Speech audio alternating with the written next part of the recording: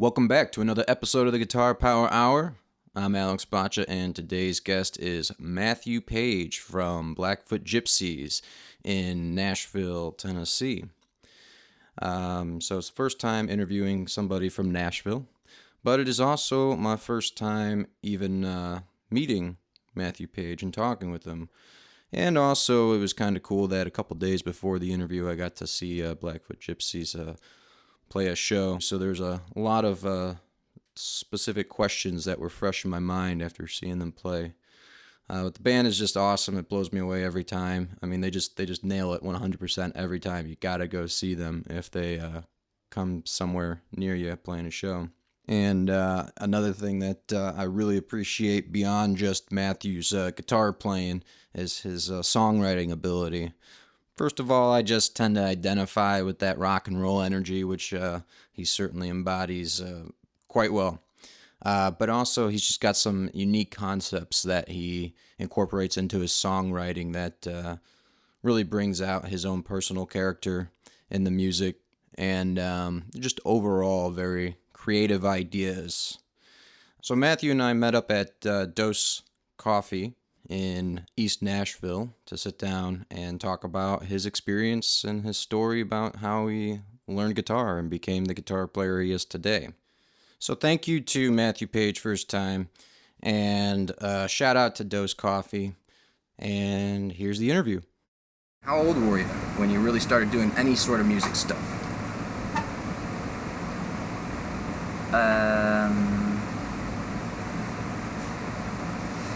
My mom was a musician or singer, so she was always singing, and my dad loved instruments and just had instruments around. Like, he had always messed around with guitar, so like these instruments were around, so I was like messing around with like guitars at like 6, 7, like messing around with them. Yeah. Not obviously not doing anything really, but really like picking up a guitar and wanting to buy a guitar and doing it and like taking lessons and learning it actively like 11, 12. Okay. Yeah.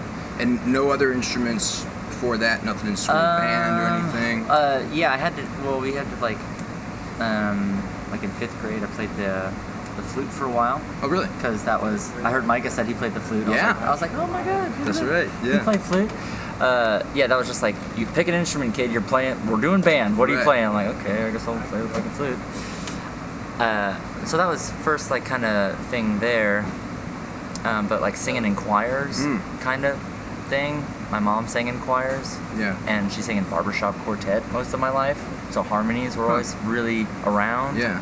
And my dad loved great music. Like, it's all this subconscious development of the ear. Yeah. My dad I give him credit for all my cool music, like country and blues. Like, he turned me on to Leadbelly and Robert Johnson and all like Howlin' Wolf and Muddy Waters, and then all the other countryside like Willie, Johnny, Buck Owens. That's awesome. Jerry Lee Lewis.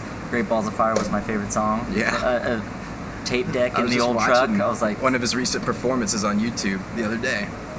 That was a light bulb moment. Yeah. Before knowing anything about music, like whatever energy that was, it just like hit you. That's the energy. Yeah. Yeah. Almost like something clicking, huh? Kinda. Yeah, there was a few of those that I think like the clicks got bigger. Yeah. You know. Sure. Things grew on you. Right. Yeah.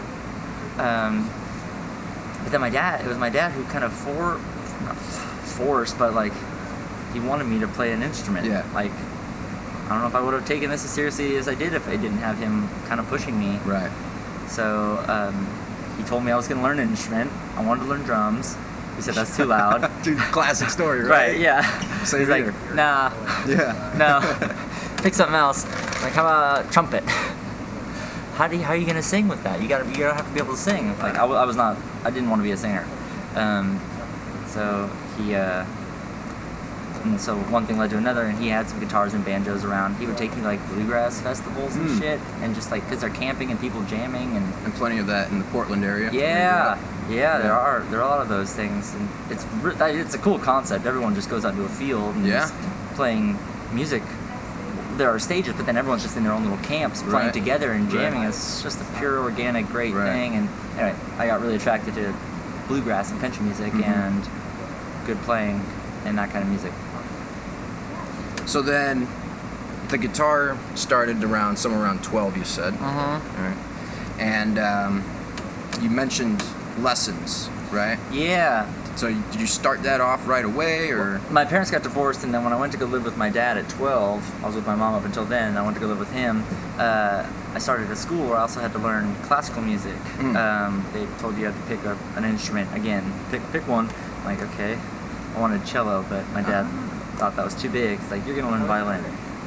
Okay.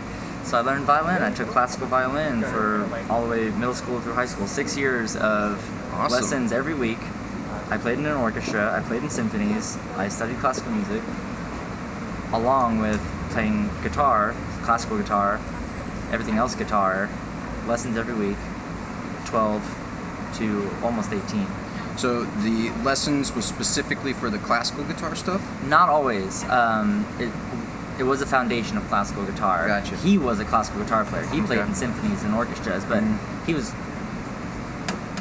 teaching out of the side studio of a guitar hawk shop downtown Vancouver, Washington. So it wasn't in school. No. Separate. Okay. Yes, that was separate. I didn't get any guitar teaching from public school. I got plenty of violin teaching from public school.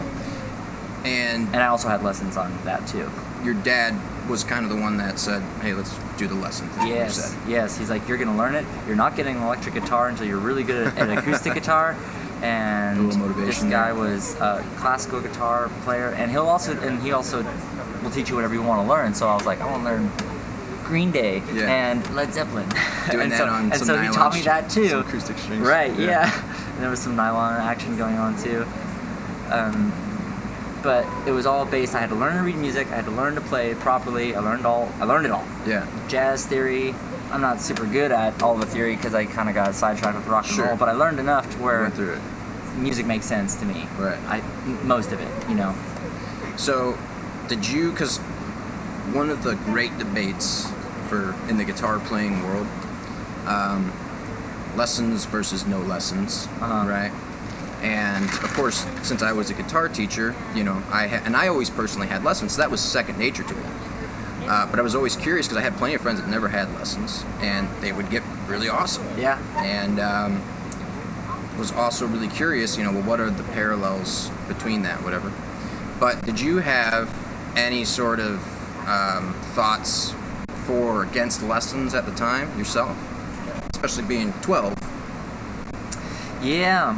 I mean, it was like stress. It was stress because the expectations. Yeah. Yeah, it was a lot of. It gave me anxiety. Like I wanted to make my teacher proud. 2, my dad would sit in the room. Like he was in the room making sure I was doing. Yeah. Wow. Yeah. Well, he didn't have anywhere to go for 30 minutes. While he was sitting downtown. It's like, all right, and so he just reads the newspaper in the back corner. It was kind of, big enough to where he could be a little bit over there. Okay. But it just felt like because I had to practice all week, you know, to learn these notes and like really fucking focus. And in the long run, I think it was better to learn some of that discipline, which I learned some stuff that I wouldn't have like gone down a YouTube rabbit hole to have taught myself the way I did with other like rock and roll things that I feel like a lot of people can do now. And for reference, what year would you say this was when you were 12? What is that? 2002. Okay. So YouTube wasn't even really a commonplace thing yet anyway. No, I saw like VHS tapes that my dad had bought of like electric guitar blues lesson, you know, and like silly things like that. Comcast, do you remember Comcast? Oh yeah. On demand? Yeah. Like that was first a thing, and they had a section in there that had guitar lessons. I did see that. They had one John Frusciante in there actually. And I used to I saw that one. And they would update it every week or something. So when I went and visited my mom, my stepdad had cable. My dad didn't have that. So when I was over there, I would get into Comcast and learn whatever lessons they had before. Yeah, like all the YouTube videos were super available. So yeah, I got into that. But I don't know. And throughout the period, that was a long period. You said 6th all the way through high school, right? Yeah. Around there. Yeah. So, I usually like to try and approach it like every couple of years here and how things develop over time. Yeah. But since that particular thing was a long time for you, did your feelings about lessons, and this is neither for nor against, by the way, it's just your experience. Yeah. So how did your feelings about that evolve over time? Well, I got better, and it got to be more of philosophical as opposed to technical. Yeah. You know, it's like, okay, you know the notes, you know how to play it. Now let's get into like improvisation and jazz, and then it started just being like discussing ideas with him as opposed to like 1, 2, 3, 4. It was like, okay, and then you can combine these chords and this triggers this, and So really working from the creative aspect. yeah, and once we started getting into jazz and blues and we started improvising, I didn't know that I was doing well, but they were both like, the teacher and my dad were smiling at each other like, he's doing really well. But I didn't know that. Yeah. So when we were getting into it and I started just going into town with improvising and doing the thing, like, okay, this is what I'm supposed to do. Yeah. And my dad was really into blues stuff, so like blues, improvising guitar, you know, that's a whole fountain of things, you know. And here you are doing that. Right. Like proud dad time, right? Yeah.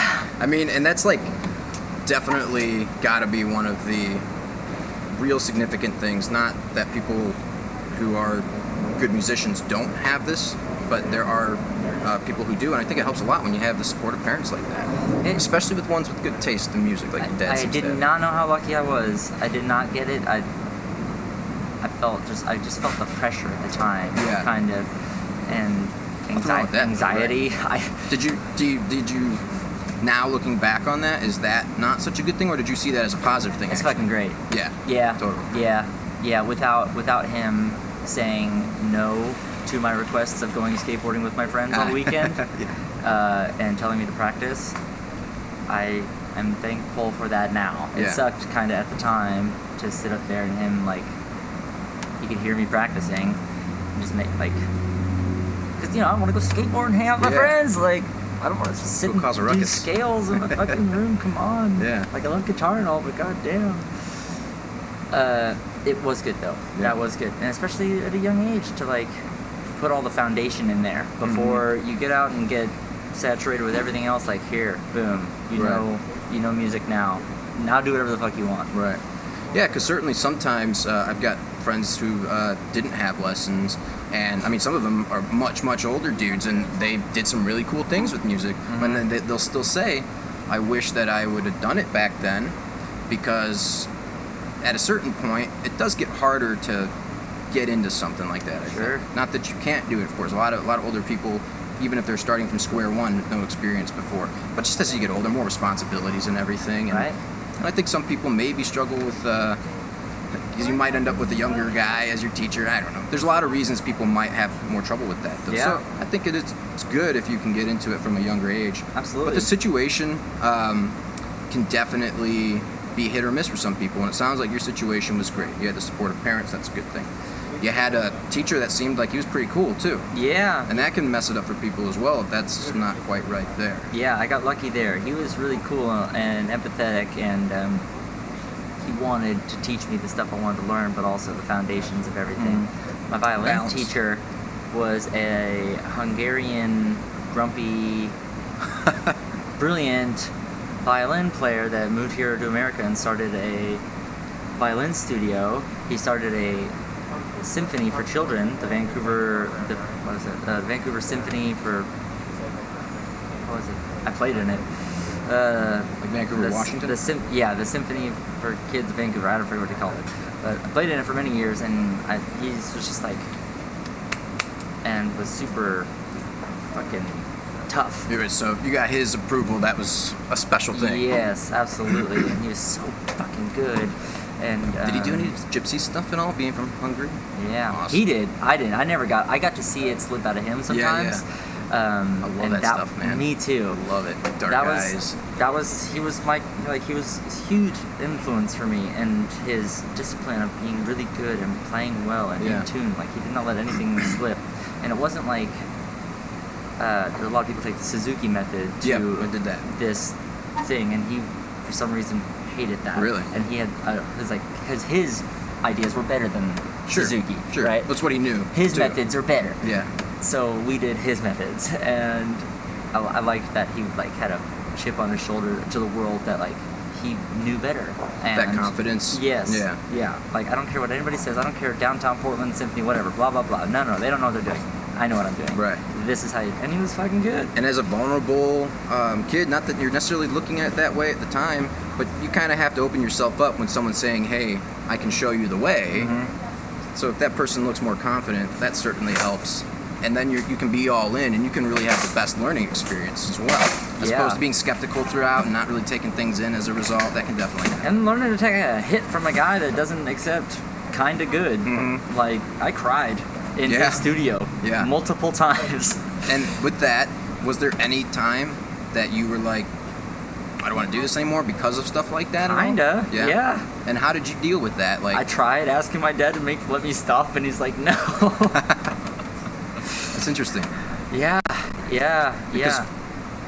And I don't know how that goes for everybody. I am kind of on the mission to find this, hopefully find this stuff out. Yeah. And I don't know how I will break it down, if there's any way I could get the statistics in some way, or I don't know how to quantify any of this stuff. But maybe some people could get forced by the parents, and that would make it a worse experience. Yeah. In your case, it actually had a positive thing. Well, I think they saw that, like, I had potential. Yeah. And so they saw that, like, oh, I have a kind of natural knack for music or something. So I don't think they would have pushed as hard if they didn't think it was in me.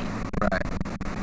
So to their credit, they're like, oh, well, we just need to polish this up a little bit, and we're going to have a real thing to work with. Yeah. That's what both of my instructors said to my dad. Sure. So he remained stern supportive. Not like, you're doing a great job, you're doing great. It's like, get there and practice. Yeah. Keep at it, kid. I'll buy you some strings, just get up there and fucking practice. Yeah.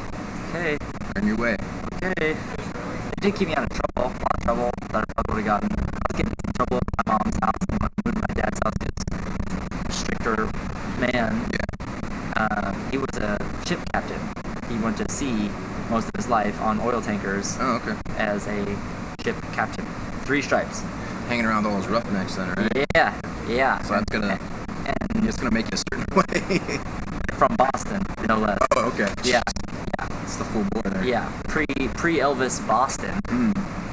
That was his shaping. Greaser. Yeah. Then turned into Navy ship captain guy. Oh, he was the Navy. But loved music.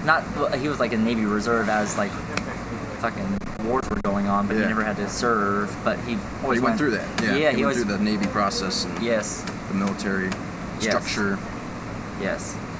And that Massachusetts Maritime Academy. In the way you were raised. Right. Yeah. Exactly. And now I'm like kind of like, we don't have that much. It's not that different really. Like, he was the captain of a ship with a band of guys. Now I'm kind of the captain of a band and with some guys. Yeah. And we travel around. Sure. And we do our thing. Right. So it's like, it's not. I'm a pretty balanced thing between my parents. Yeah. So that's interesting. Cool. Yeah. And then your parents, when they divorced, how far apart were they that you were going back? The same town, same area? Like suburb of Portland and in Vancouver, Washington. There's just a river that separates them. Right. With traffic, it's an hour. Okay. So then 30, 40 minutes, not. So every other weekend here and there, a lot of visitation, a lot of moving. Yeah. How did that factor into your learning of the music and stuff like that? My mom would buy me an electric guitar, and I had to keep that hidden from my dad for a long time. So I had one at my mom's house, and I would like hide it under my bed when he came to pick me up. To like, he wanted me to learn acoustic because that's what you do first. Yeah. I guess.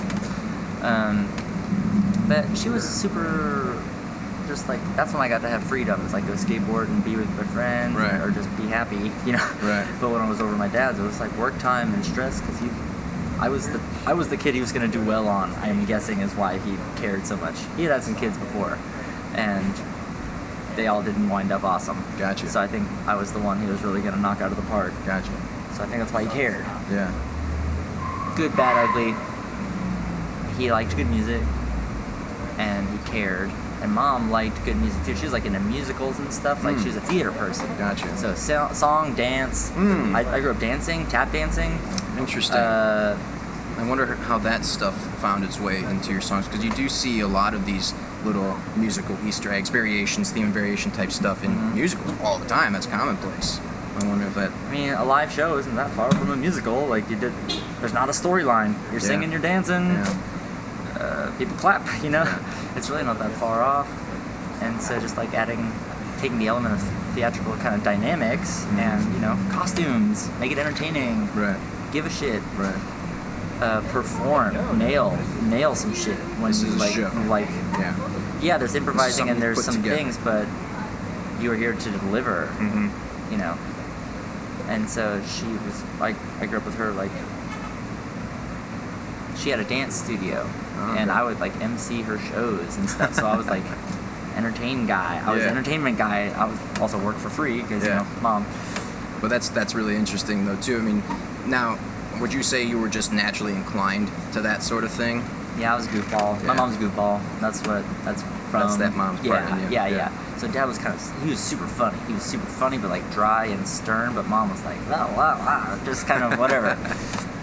Bouncing off the walls, But she kind sings great, and she knows music Bubbly. really well, and she knows how to practice. She taught me vocal exercises. She got me some voice lessons. She put me in a choir to learn some stuff.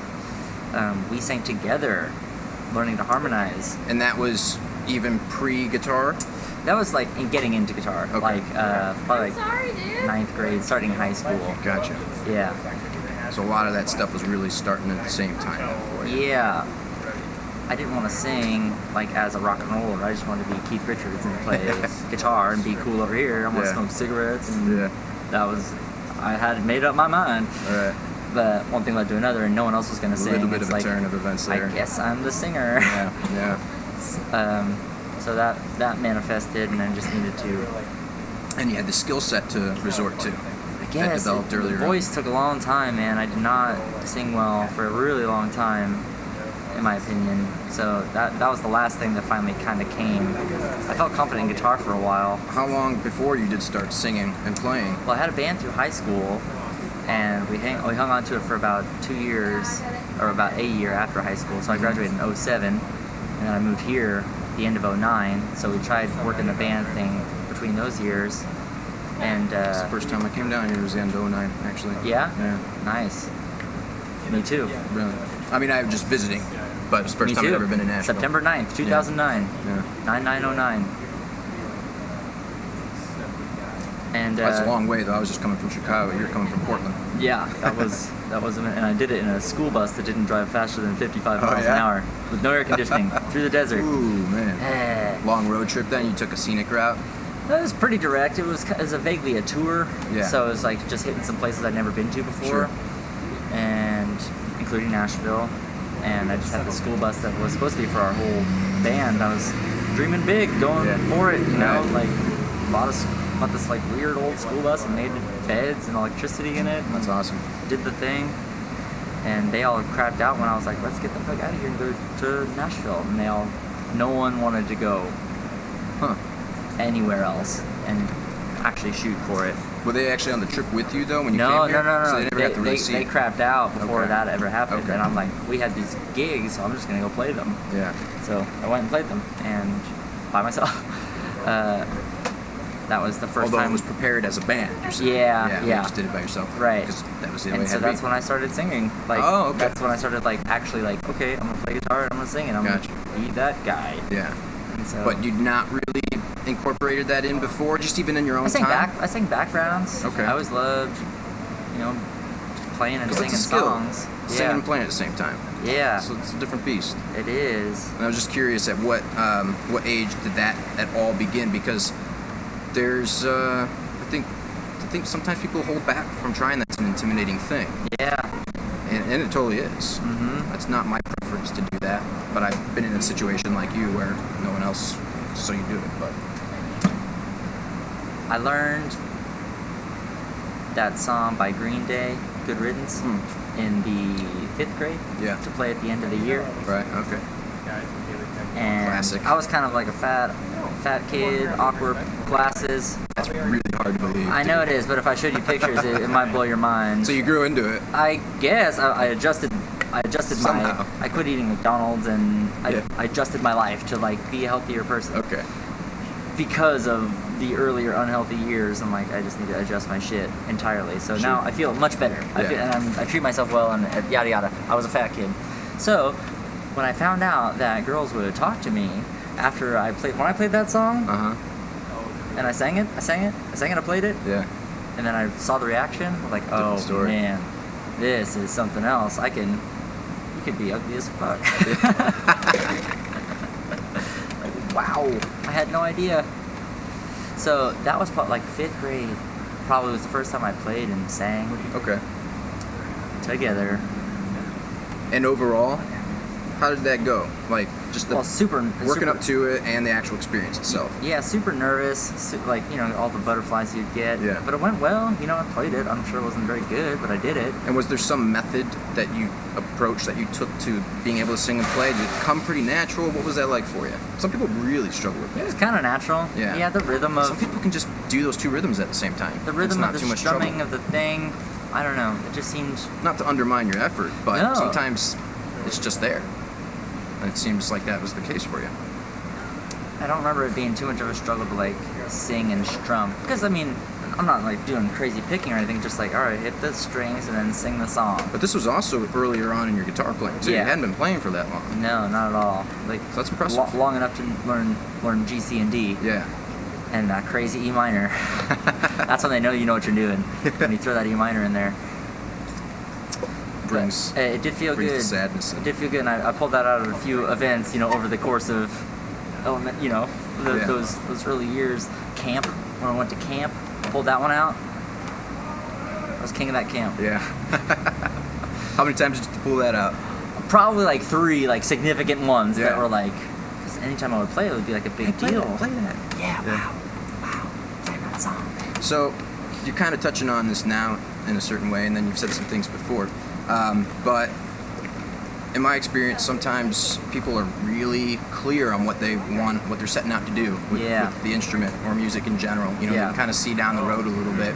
Some people, they'll be like, I just want to play. I have no idea what I want to do, and maybe I don't care, or maybe I'm just going to figure that out, and I will care eventually. But they have no idea. Some people really clear, some people no idea. Yeah. Where were you in that, and what was that for you? Yeah. Like in the beginning. Yeah. Well, my dad always had his favorite kind of music. He's like, slow down, play it with some soul. He's always telling me to slow down and play it with some soul. Like Bo Diddley, laid it into it. I never knew what he meant, but I had all of his influence, the mom influences, and then like Northwest that time punk rock. Like I really liked some punk rock. Like my brother and sister were into, my sister gave my first Nirvana CD. Yeah.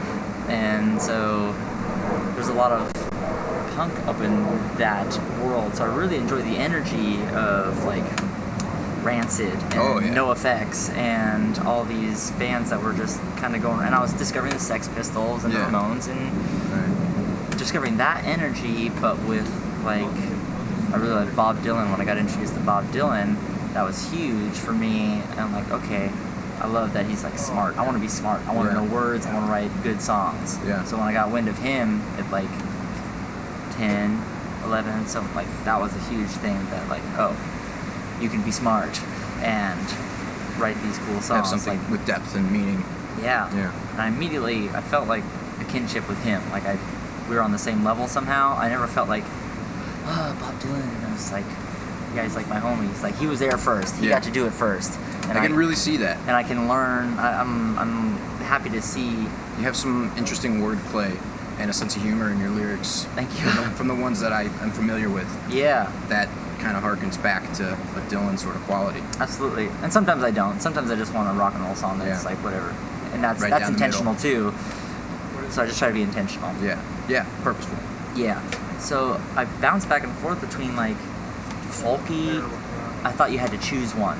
Like folky, singer-songwriter. I was also around a lot of hippies in the Northwest. So like Dave Matthews Band and like jam bands and hippies and tie-dyes and frisbees and like that was where shit. he came from, right? That was around Seattle area or something. Dave Matthews. He was Pacific Northwestern, right? He's from South Carolina. Oh, really? Yeah. Oh, okay.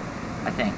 But all the hippies up there, holy shit, he's gone. Oh yeah, and that was your huge following. Early 2000s. That was your younger. It was just teenage. Around. My sister was getting into that, eating mushrooms, trying whatever, getting high. I'm learning about all this stuff. And up Northwest, like people are most of them super liberal. So it's like weed, hippies, and tie dye. I don't know. That's just like how it was. And then really like open-minded. And then the experiment. alternative was like the people that hated that, like punk rock, techno, industrial. This is like the scene I was growing up in, so it's kind of contrasting. And I'm trying to find this middle ground for my dad, who also is just pimping me all this country blues and Carter family, old country, bluegrass on top of that. Right. And then show tunes from my mom on the side. So I had like an acoustic band that we would play like folky, whatever stuff. But then I also was like, oh, I'm gonna start another. I don't want to do that. I want to do a rock and roll band. I thought it had to be one or the other. Right. I didn't know that you could just be a person and play a variety of songs in a set. Right. So I was kind of torn between those for a long time before realizing, oh, just be a well-rounded band and do whatever you want, and your audience you'll find your audience. Yeah. So the rock and roll thing was always known to you. Yeah. That was at least one thing that was at the center. I wanted the energy of rock and roll, upbeat. I wanted to feel alive. Right. And upbeat. Like a lot of people were playing super downer, emo. Oh my god, sad, sleepy, whiny music. Especially in Portland, very popular. Really? Yes. And I was like, god damn. Or like really hardcore, like angry, like just angry suburb white kids yelling about I don't know what. Yeah. And so you can imagine my frustration and like wanting to find this pure rock and roll energy that And was more just something like good time. Yeah. oriented. I want to feel good. I want to have energy, but not just be like scream in my face, hurt me style. Right. Moshing and fighting was very popular at all the shows, hardcore shows. My high school was an art high school. It was public school, but it was an arts magnet school. Interesting. So a lot of those kids were alternative thinking people from alternative thinking parents, and they were all into weird music, especially like what was going on, hardcore. Like they would come back with scabs on their faces and shit from like going to these rock and roll like punk shows that my dad would never let me go out to do because I was busy practicing.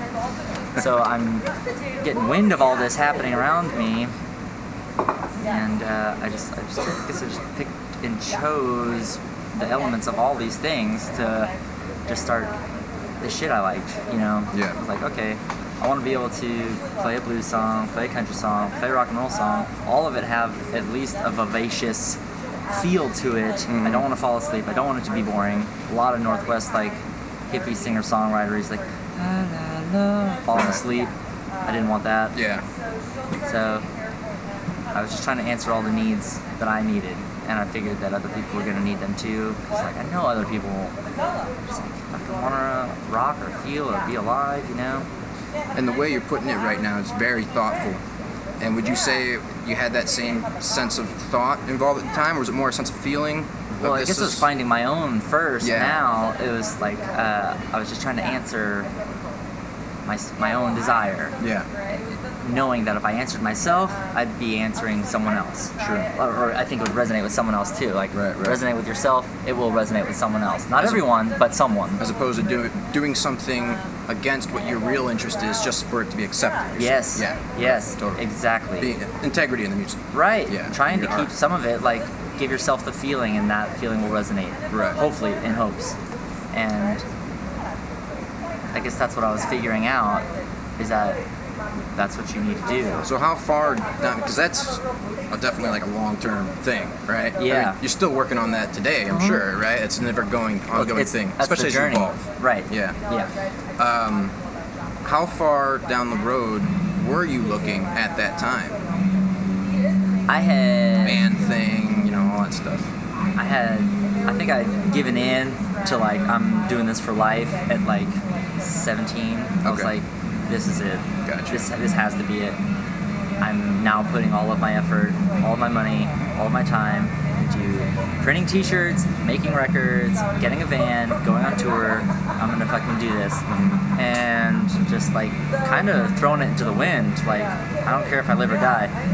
Side note, why I was feeling that way is because my brother, I had a brother, he died in a motorcycle accident when I was 13, and that triggered a lot of shit for me to like get to work, and like I also like just didn't care about living or die. I felt like I was dead already. Like my brother could be dead now. You guys were pretty tight at the time? Yeah. Yeah. Like if you can just be dead, that quick, I need to do everything I can right now. Right. So the way Elvis kind of talks about his brother is like, because he had one like, I feel like I took his power and that propelled me to be who I am today. Mm-hmm. I kind of feel the same way about my brother. Like, he was super amazing and influential on me.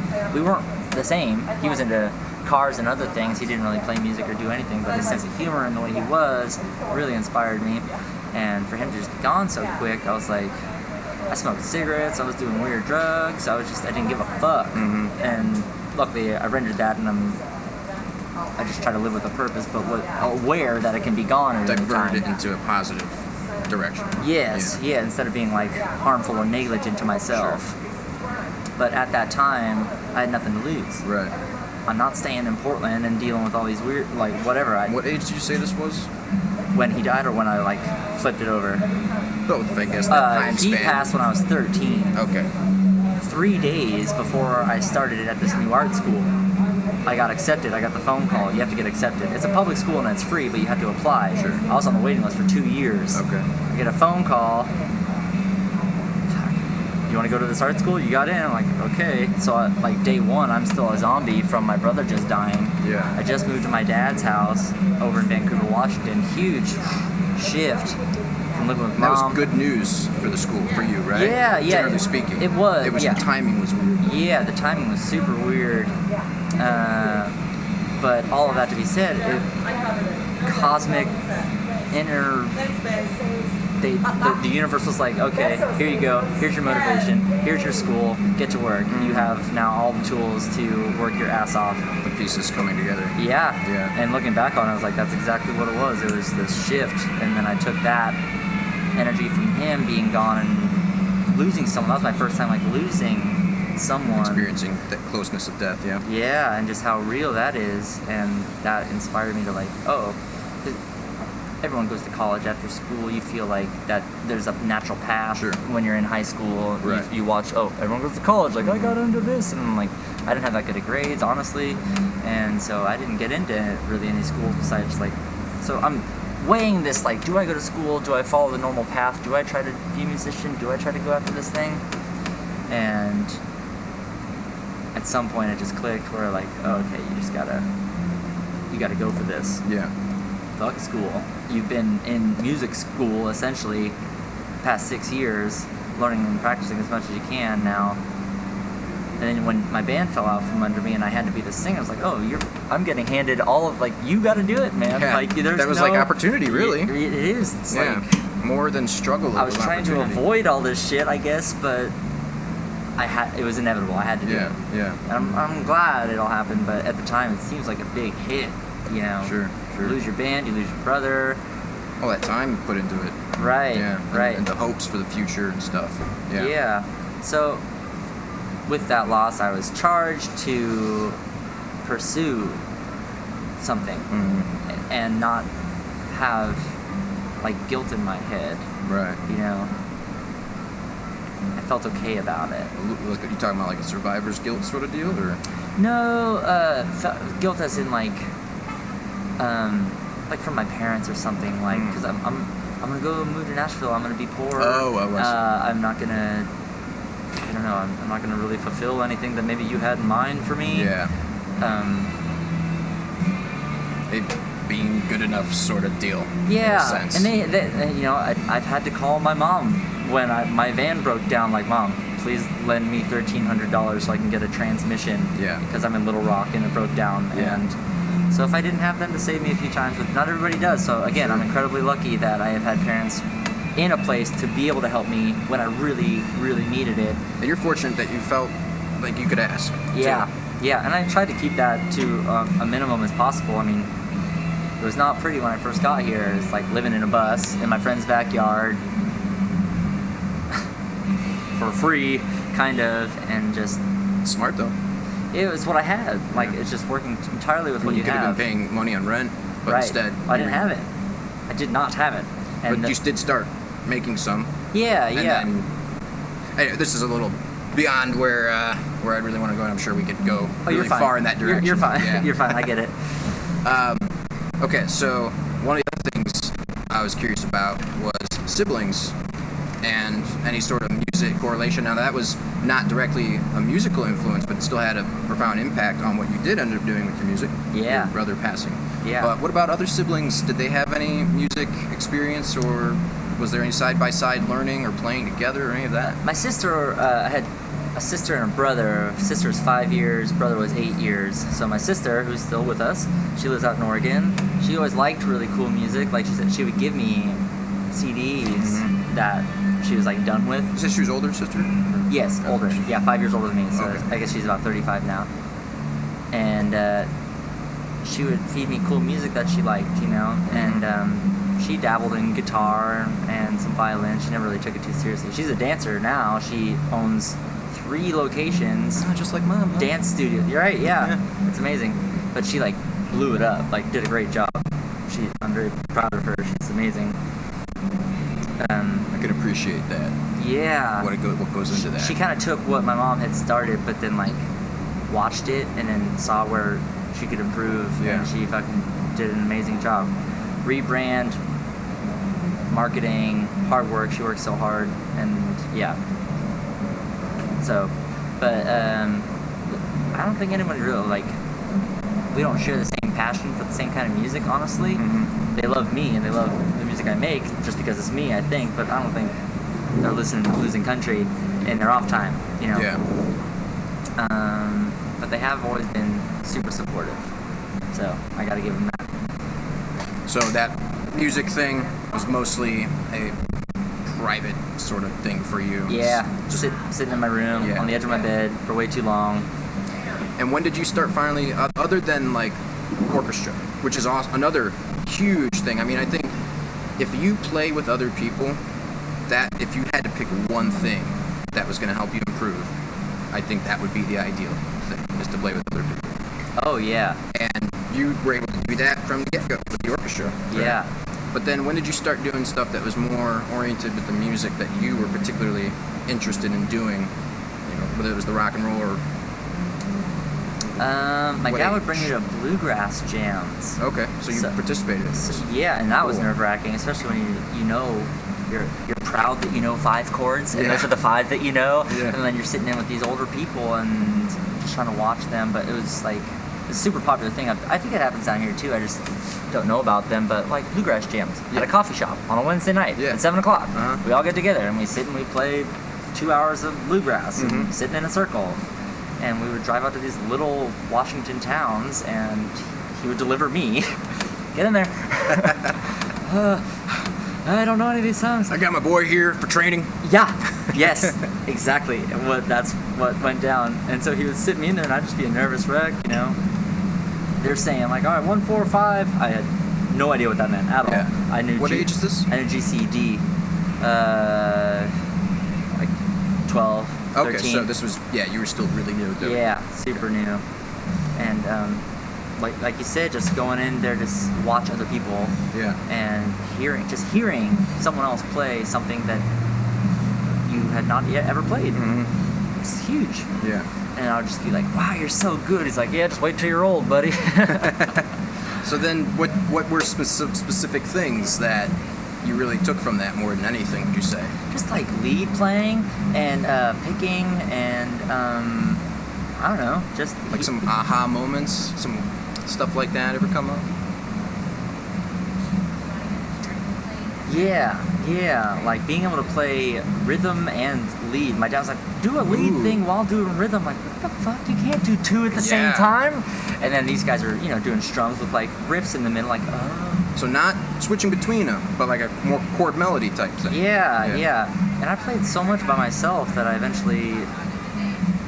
was really sufficient just playing by myself. That's why when we started our band, it was a 2-piece band, guitar and drums. Like, I can cover all this. I played by myself for years, so I know what's going on. Yeah. Another aha moment was we had this big blues festival that happened every year in the Northwest, the Waterfront Blues Festival. Huge. Takes up the whole waterfront of Portland, blues acts from all over the world, yada yada. First Still time I goes saw on. Johnny Winter, yeah, and I think it's free. Cool. Yeah. Anyway, there was a guitar workshop there, and one of the guys was teaching a slide Ooh, nice. demonstration, and I had been really into blues big and part of wanting your to. repertoire, yeah. I love slide, and this was one of the things that made me freak out about it, and I wanted to be able to do the thing, and I did not know how to do it. I was trying it on my acoustic. I'm like, this sounds like shit. Yeah. Like, I'm watching that guy do it. It looks great, and I'm doing it. And so I watched this whole thing, and he talks about all these things, and he does great. He's amazing. And I go, like, how do you do this thing? And he's like, oh, well, I keep my guitar in open C. I'm like, what? What? Open what? And then he turns me on to the idea of open tuning. Yeah. And that was like... Were you already a Keith Richards fan at the time? No, I didn't know anything about the Stones at all. At all. I knew about blues guys. Yeah. I knew about... That's funny that came first. I was learning about Elmore James and Lightning Hopkins before I ever heard Keith Richards' name. Ever. You went the other way. Most people work their way back in time. Well, that's what my dad wanted to do. He's like, I want you to know where all this shit came from. Like, I know you're going to find out about these guys, but you need to know where all these guys learned their shit from. Right. So he started me from basically the beginning of the time we've been recording people, you know, Charlie Patton and shit, you know. Right. So that was a huge learning about open tuning and slide and that kind of blues. Huge. So, what was the ideal? What was a good example of a guitar player that was who you wanted to become, who you aspired to become? You've named a bunch of different names as far as what you were listening to and stuff you were playing. What really, or maybe a couple that culminated your vision for yourself? Hendrix, and not just the loud everything, like his acoustic blues and the way he combined a lot of that. I mean, I'm from Washington, so Hendrix was like everywhere and everything. So if I were gonna and Lightning Hopkins, those two guys are actually, they play a lot the same. Not everything, like when you Spotify Lightning Hopkins, they're not gonna play his early shit, but when you hear that early shit he was doing, he's doing Hendrix licks. Yeah. And I was making that connection, like, oh, Hendrix got this from him, and this is how this happened. And I was wondering where Hendrix was getting his ideas. Right. When I heard musicians, I was like mad. Like, where did you get this? Yeah. Like, you didn't come up with this. Way. Where did you get this? That up completely. So I needed to find out where. I'm like, I'm not taking this as you're a brilliant. Okay, yeah, you're a brilliant voodoo child, but you're stealing, and I want to know where you got this. What you do with something that you've learned is what makes you brilliant, but completely creating it on your own, nobody really does. No one does that, and so I wasn't taking it at face value. So my dad had turned me on to all these early blues guys, and so when I started really digging into all that, he would give me cool CDs like Blind Willie McTell, and I would hear him play, and I'm like, oh, okay, this is where Bob Dylan got this, and this shit, you know. I made a lot of those connections, so I didn't take any of these guys like brilliant. I mean, they are, but I felt like I was onto them. Yeah. You know? Yeah. I know your secrets. Yeah. I see what you're up to. Yeah. I can see the card up your sleeve sort of thing. But my favorite guitar player ever is Willie Nelson. Oh, dude, I love Willie, man. He's a totally underrated guitar player, man. And I mean, like, I love him for his guitar playing, too. Yeah. And I didn't even know for that long, up until like a year ago, that Django Reinhardt was a huge influence. And it's like, okay, that all makes sense now. The same type of connection thing you're talking about. Exactly. Now I know where you're coming from. Right. Same thing, because that's one of the things I always loved about Willie is that he's a country guy. You know, I'm doing the air quotes thing, but his music goes way outside of the country realms, man. I mean, sometimes it goes really far out. Cosmic, jazz. Yeah. You get these, like some of those Django progressions. Yes. You know, throwing in like diminished chords and stuff in there, which is these wild chords that when you think country GCD, it's like, dude, he is so far beyond all that. Totally. And his tone and his guitar and his attack and his attitude. And over the course of his life, you know, he's obviously mellowed out as he's gotten older, but god dang, those early Willie and Family days, his band is so hot. And man. I got to see him recently, actually. Nice. Kind of. It was at this beach fest thing in Redondo Beach, out by LA. Okay. But I wasn't in the festival, but it had a fence that was pretty low, so I just watched from the other side. Yeah. Anytime he's around, he's my guy. He's my guy. He was my dad's guy. Yeah. And so I've read all his books. Yeah. He's got some crazy stories, man. I haven't read all the books, but I've listened to some interviews and stuff. Yeah. Yeah, he's done with women's stories. Yeah. And when did he become somebody that you were really into? At what point was that? Well, I was raised with him first because he was my dad's favorite guy. So it was like all early on I was listening to him, but then I got away from it to go venture into my own punk thing and whatever. but I had this really cool teacher in high school who was The same guy. That you were originally talking about, the classical guy? No, Okay. no, he was an art school teacher. Oh, okay. At my art school, Okay. visual art. But he Gotcha. also loved music, and he kind of introduced me to the Stones. I didn't get into the Stones till like junior high school or junior high school. Yeah. So it was kind of this full circle thing. And he was also really into Willie Nelson too. So it just kind of tied back in our super duper love for Willie Nelson. So, but that was even there in the beginning, that appreciation for Willie Nelson, or was it Yes. just present and you just? I guess it was cool? present. I didn't know yet how you weren't like brilliant he was. I just gotcha. like. I had the same thing with Johnny Cash because my grandfather would always be like, play Johnny Cash on the guitar. I was like 12 when I started learning as well. Nice. And I didn't know anything about that, you know, but he would put a record on, be like, play that Walk the Line riff, you know. But Yeah. then many years later, I didn't dislike it or anything. I was a little bit like, oh, but I want to show you this Nirvana song or something, Yeah. you know. Yeah. But years later, I got to see just how much of an impact that actually had in so many different ways. And he was also really big in Willie Nelson, just all that older country stuff. My dad was also super into Johnny Cash too. Yeah, obviously. And So, what was your practicing like? Were I know you talked about your dad saying things, but I mean, like, how did you approach practicing? The time, I guess, that you would spend throughout the week, how Yeah. you'd organize that, or if you ever had to, like, you know, force yourself to do it, or your dad had to force you, and then what you did during that time when you'd sit down each practice session, and how you approached that hour or whatever length. Sure. I think I was supposed to practice like 30 minutes every day of like the stuff I'm learning. The lesson stuff, yeah. Yeah, the lesson stuff. This page number 5, this song, this exercise. So I would do like 30 minutes a day, usually. Sometimes I'd skip it, but I would usually do discipline practice almost every day. But then I would get, once I learned like the blues scale box, you know, to like start improvising, it would just be noodling for hours, really, and just learning power chords and the effect of hitting. And nobody had to tell you to do that. Not usually. No, they would. I would have to get coerced into like doing real practice, but once I started like getting that itch for that feeling you get when you rock, Yeah. you know. Yeah. And you had enough skill to be able to make that sound, to achieve that. Yes. I started getting like the first like shitty practice amp you get with the distortion button Yeah. on it. Like, oh yeah, there I we had go. a Zoom 505 pedal. I thought it was the coolest thing in the world. Come on, I still you got sound amazing now. What? the weird effect going like with the guitar. This is the things we need. I got my first wah off of a nice. Craigslist, or no, Classified, when you actually had to look at the newspaper. Oh yeah. Yeah, bought that. Hey, do you still have that Cry Baby wah? So I had The that. baby cry. You have the baby cry. Cry baby. Yeah. That's kind of how it was. So It was just, yeah, it was discipline practice turned into obsessive, in your room, Yeah. mom telling you to shut up after yeah, a while. they had to make you stop. Yeah, Right. that's enough. Yeah. That's it. Like yell it out to my room. That's enough. Thank you. You got school tomorrow. You kind of gonna have to wake up. In order to wake up, you're gonna have to go to sleep. You're gonna go to bed now. All right.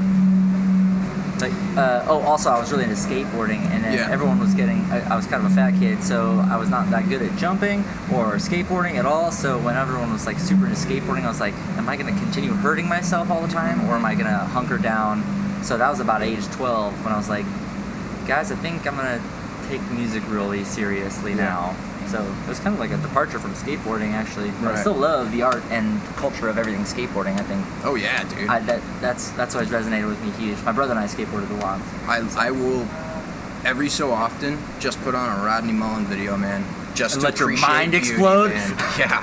Yeah. It's insane. All the dude. Dogtown stuff and all Yeah. those. I love that whole. That's another part I liked about being in LA, was just the culture there, you know, and all the areas Yeah. in that area there where all these things were growing. And They're so developing. DIY. They're Yeah. like not about to let anybody tell them that they were dumb, unable to, unworthy. Like they were like doing it because they loved it, and there was zero future in it. And that attitude resonated with me. Yeah, yeah. And unlike a sport, you could go, and like guitar as well, you could go do it completely by yourself. Yes. At any time.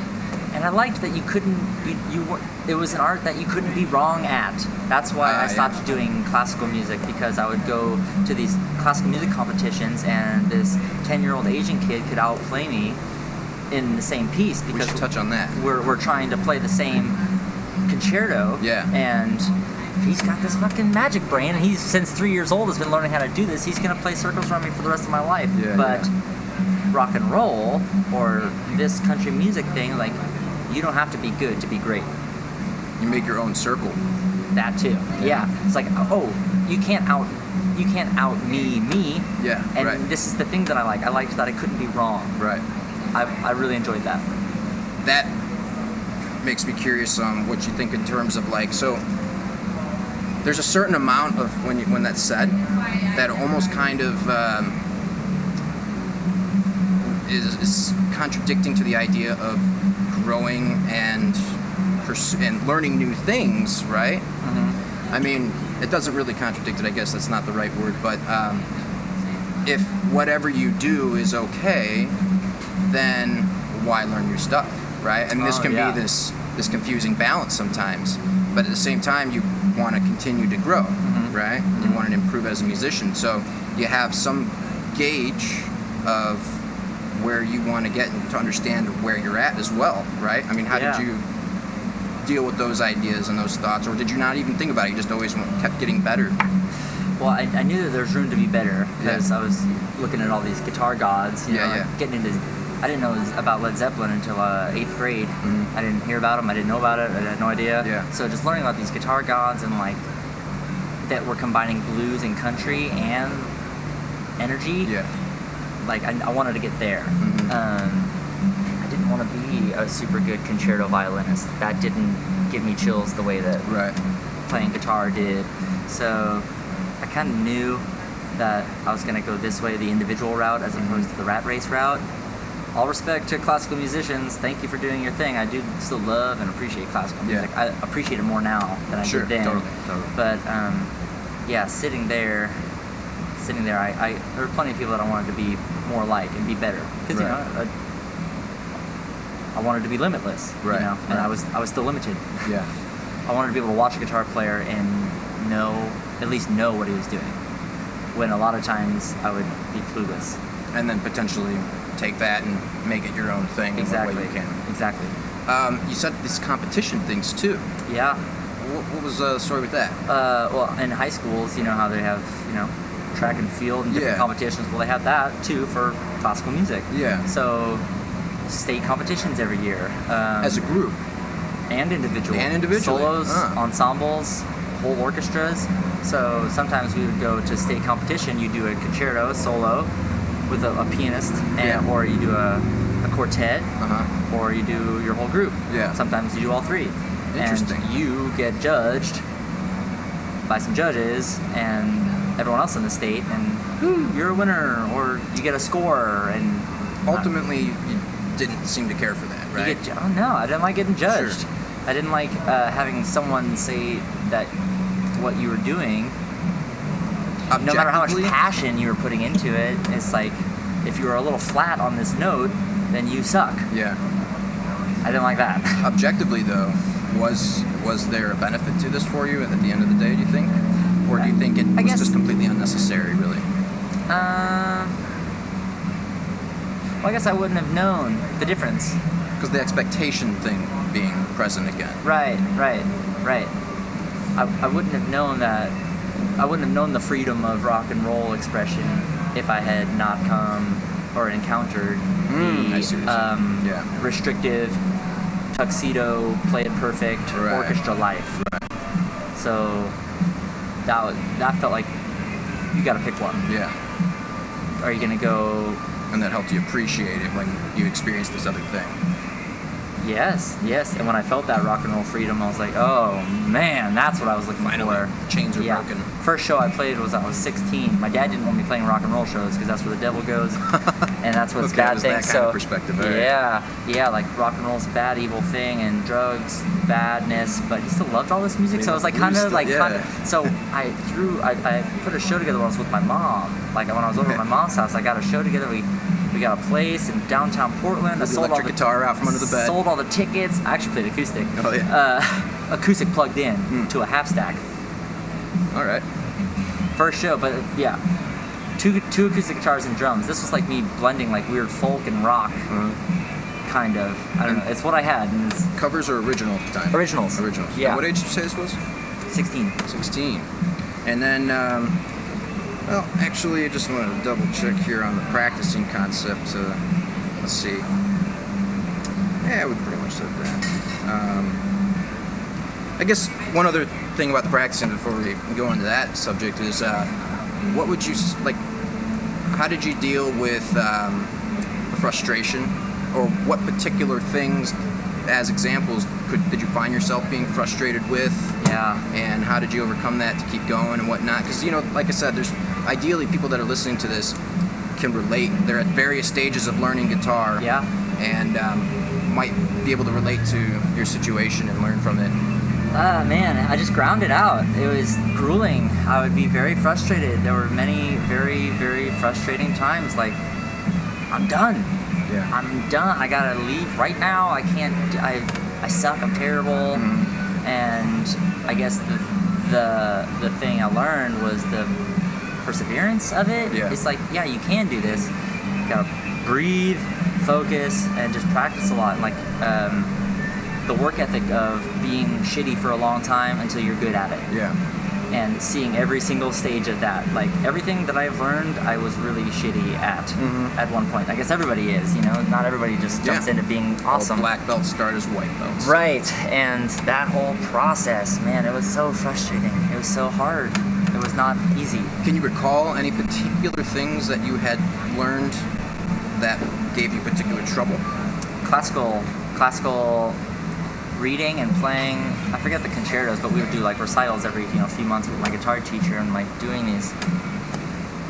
You got 5 on this hand and 4 on this hand to be organizing classical is really weird chords, and you have to think with every finger. Yeah. And those were incredibly challenging, and it didn't make me feel good when I landed it. It wasn't satisfying, you know. Gotcha. Yeah. So. That made rock and roll all the more enticing.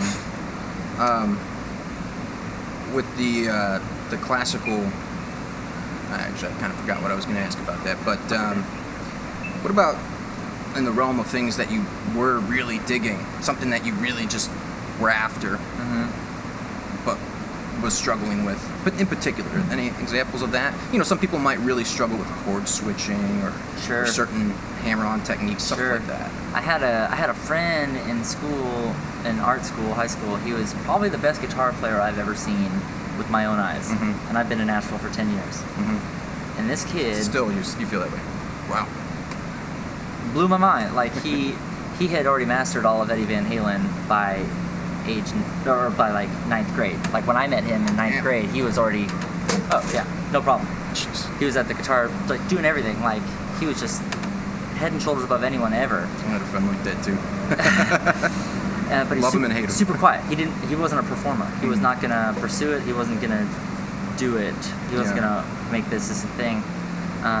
But he was kind of like, I got into like wanting to play fast and play all the notes and know all the notes and improvise and pick well and be clean and even tapping, just being efficient and being able to do anything. Yeah. So I would just spend hours. To know that you could do that. Yes, to be limitless. Yeah. I wanted to be able to do that, and I wanted to be able to, anything I heard, I wanted to be able to play. At least no, I don't know all the notes to that, but yes, I could play it. Yeah. I could. Right. I wanted to get there, and with him, just like, he was a great guy to be next to because he was so good, and just watching him.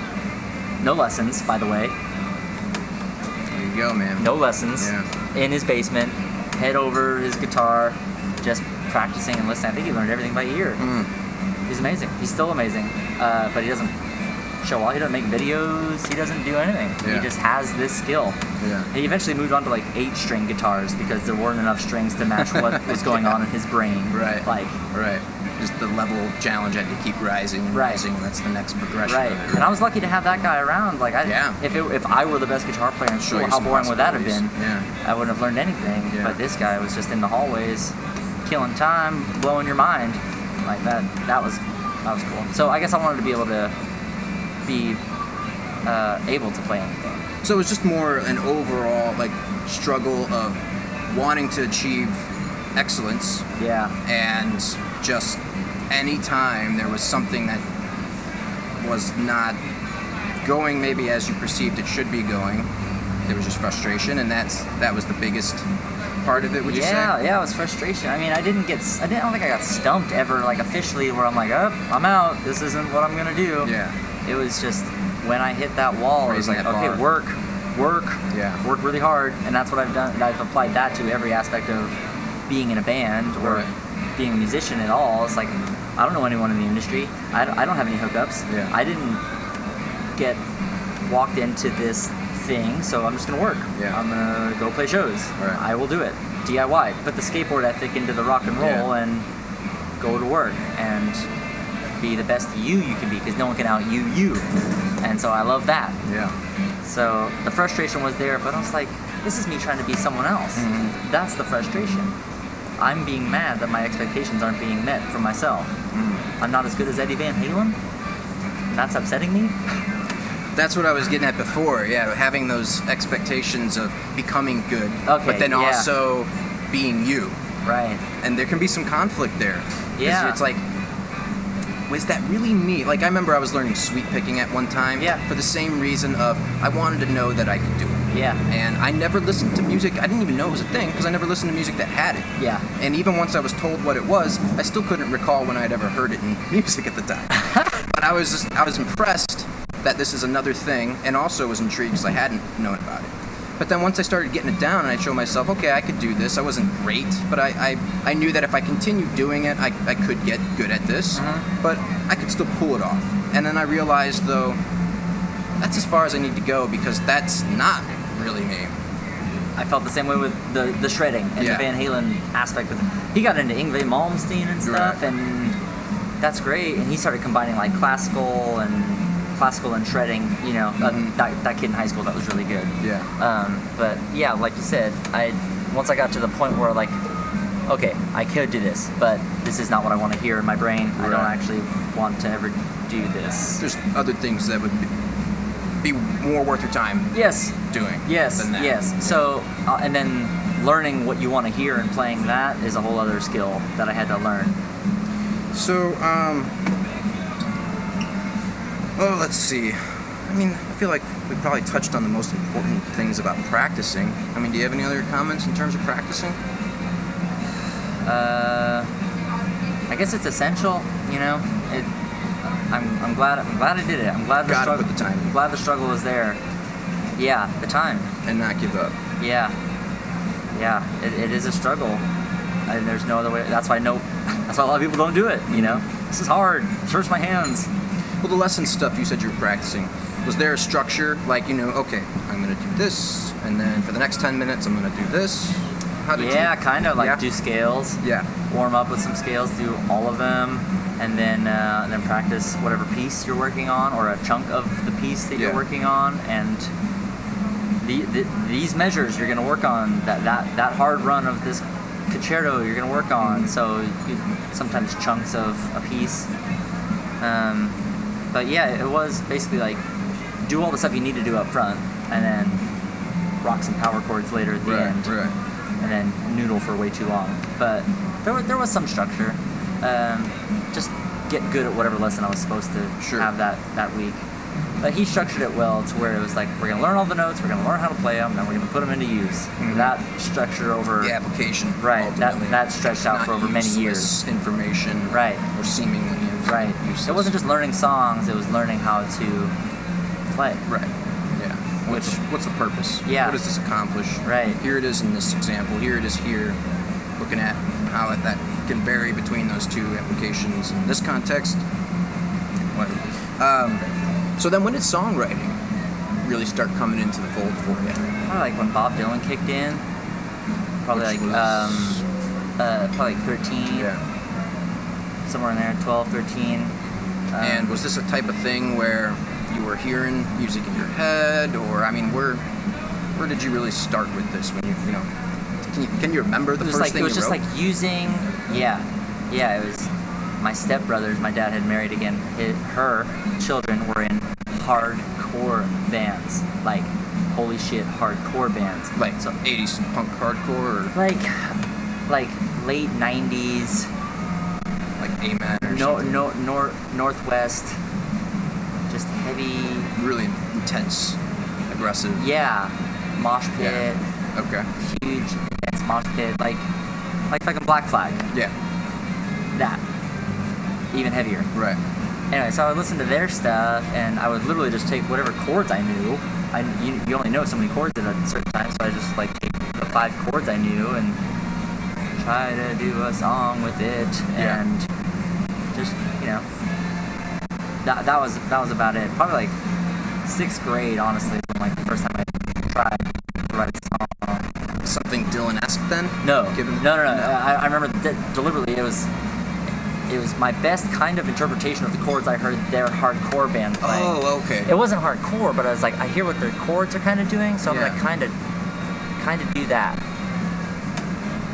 with like open G C G open chords, sounding not even like what they're playing. I would imagine I have no idea what they were playing or how they play what they were playing, but yeah, it kind of triggered me. The feeling that was attached to it mostly, and then what you did invoked that same feeling in you? Was it that sort of deal, or?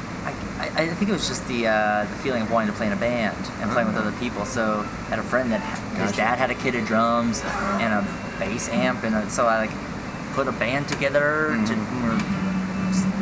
We're learning instruments and we're just shitty and playing together. Right.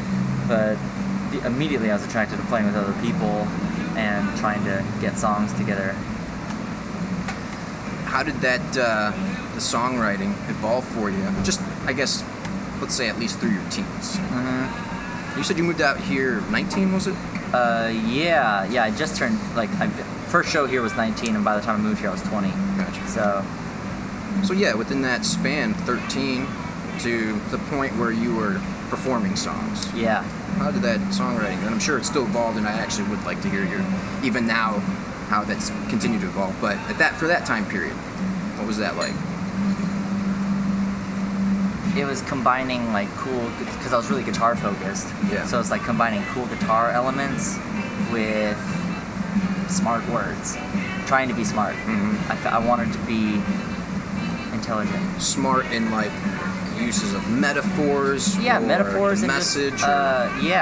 just like using good words and trying to, essentially trying to be Dylan-y, not let this be a hollow message. Right. Have some substance. Somewhat interpretive, but still the point comes across. Yes. On top of having some intricate guitar work, not just strumming. Yeah. So that, and just not having any structure really to song. I didn't know basic structures. I don't know how to say this. I didn't have any reference outside of what I've heard. I'd never really written with anyone before. Yeah. I didn't know what to do exactly. So initially it was mostly you doing it on your own? Yeah. Okay. Yeah. And just writing them down, trying to rhyme, trying to be clever, and then mixing rock songs with country and folky and hippie songs, and just trying a bunch of stuff. Do you recall certain moments where there were particular ideas that you discovered that you thought was really cool and something kind of unique, at least to your songwriting at the time? Oh, look at that, I never did that before in a song, and here I am using this idea now. Yeah. Well, a lot about how guitar relates to the song, how to do them at the same time. Yeah. And do them tastefully together. So hearing Willie play between his words, and hearing how Bob Dylan's band worked together, I felt like that sort of started shaping where you sing, how you sing, how to play with yourself. Always got a snicker there. Yeah. But it's so much. It's I don't know. It's so much more to it than just playing the guitar and singing, Yeah. I guess I just tried to be like my idols until you try to be like the person you want to be, and then you fail trying to be like them, and wherever you land is who you are. Sure. It's kind of like that was my progression. Yeah. So, And that's an interesting point too, because I think when you get to that point, you end up exactly with what you just said, you know, who you are. yeah. If you try to divert back to the initial thing of trying to sound like the other people, that's where you start getting away from yourself again, right? Right. Yes. Yes. And I thought about it that way before, but that could make sense. Yeah. I'll have to chew on that one. Yeah. Yeah. Well, I mean, it depends on what you're trying to do. Again, but I was trying to just be whoever I was. So it's Right. like, all right, combine all this shit, and then do your best. Do your best to combine all these things you like, and you're gonna fall somewhere, and that's gonna be who you are and what you sound like, and it's gonna be unlike anything because you're trying to be something that hasn't happened yet yourself. So were there certain like tools, things that you would tend to gravitate towards in your songs, and then maybe even because of that you might notice that and then try to start going a different direction because you see yourself? But you know, what are Matthew Paige's songwriting habits in a sense? Yeah.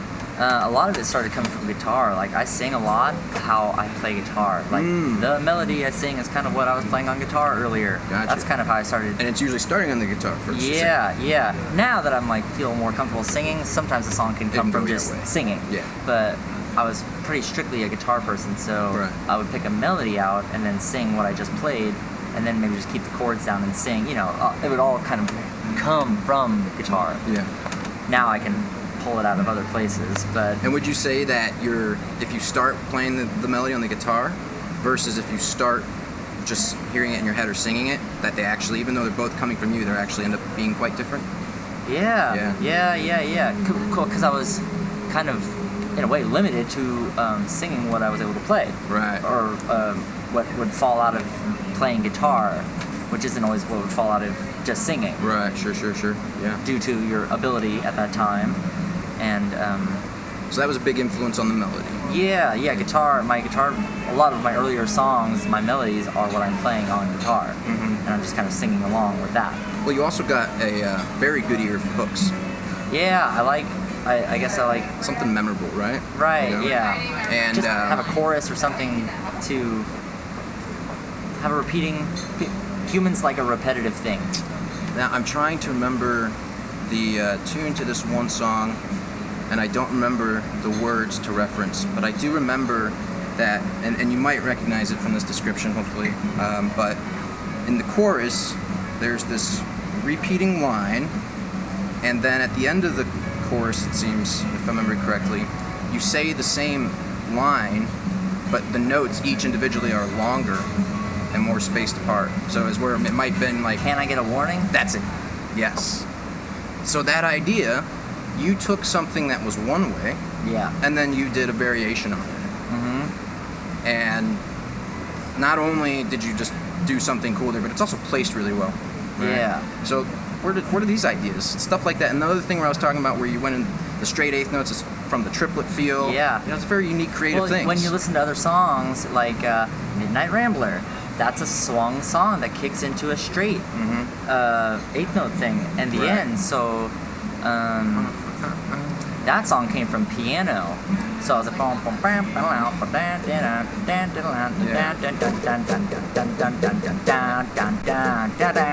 so it's like kind of swung straight For thing. you? Yeah. Okay. Yeah. So that's how that one came about. I was like, oh, it just kind of, and it went with the words too. A lot of it just comes from messing around. Yeah. When I try to focus too much on like, okay, I'm gonna come up with something clever here, that almost never works. It's got to be in the moment, in the playing, allowing yourself to have what naturally happens, what you naturally feel. That swung thing to happen. I don't remember exactly where "Can I Get a Warning" came from, but I liked the breakdown because it kind of goes halftime during that, and then it's downbeats on the rest of it. And I don't know, you kind of just gotta let it flow. Like, if it flows naturally for you, then it's gonna flow in the minds of other people. So you mentioned that you knew and learned a lot of theory stuff and a lot of it being jazz oriented too, but you were also coming from a classical place, which is interesting that you had both as well. But theory is another big debatable thing, and I want to tie this into the songwriting. It does tie it, but some people view that as rules that actually end up being restrictive. Some people view that as, well, once you understand it and you get to a point you don't have to think about it, then there's just more tools in the toolkit, right? And me personally, I was really intrigued by theory when it was being introduced to me in my lessons, which actually was much later that came into play, later teens. And was really surprised that there was all this understanding of things that I was hearing and never knew. It's like, oh, there's a name for that? Yeah. That's this? Yeah. And also the fact that when I would be creating something and felt like I was stuck and I just couldn't find the right chord that was supposed to go here or whatever it was, and then I would play it for my guitar teacher and he'd be like, oh, I think what you're trying to do is this. And he was able to say that because he had the understanding of the theory. And I'd be like, yeah, that's it. I knew the feeling, but I didn't find the piece that would produce that feeling yet. And so then I was like, man, and you just knew that, huh? Yeah. So I got more into it and it became a big influence in my songwriting.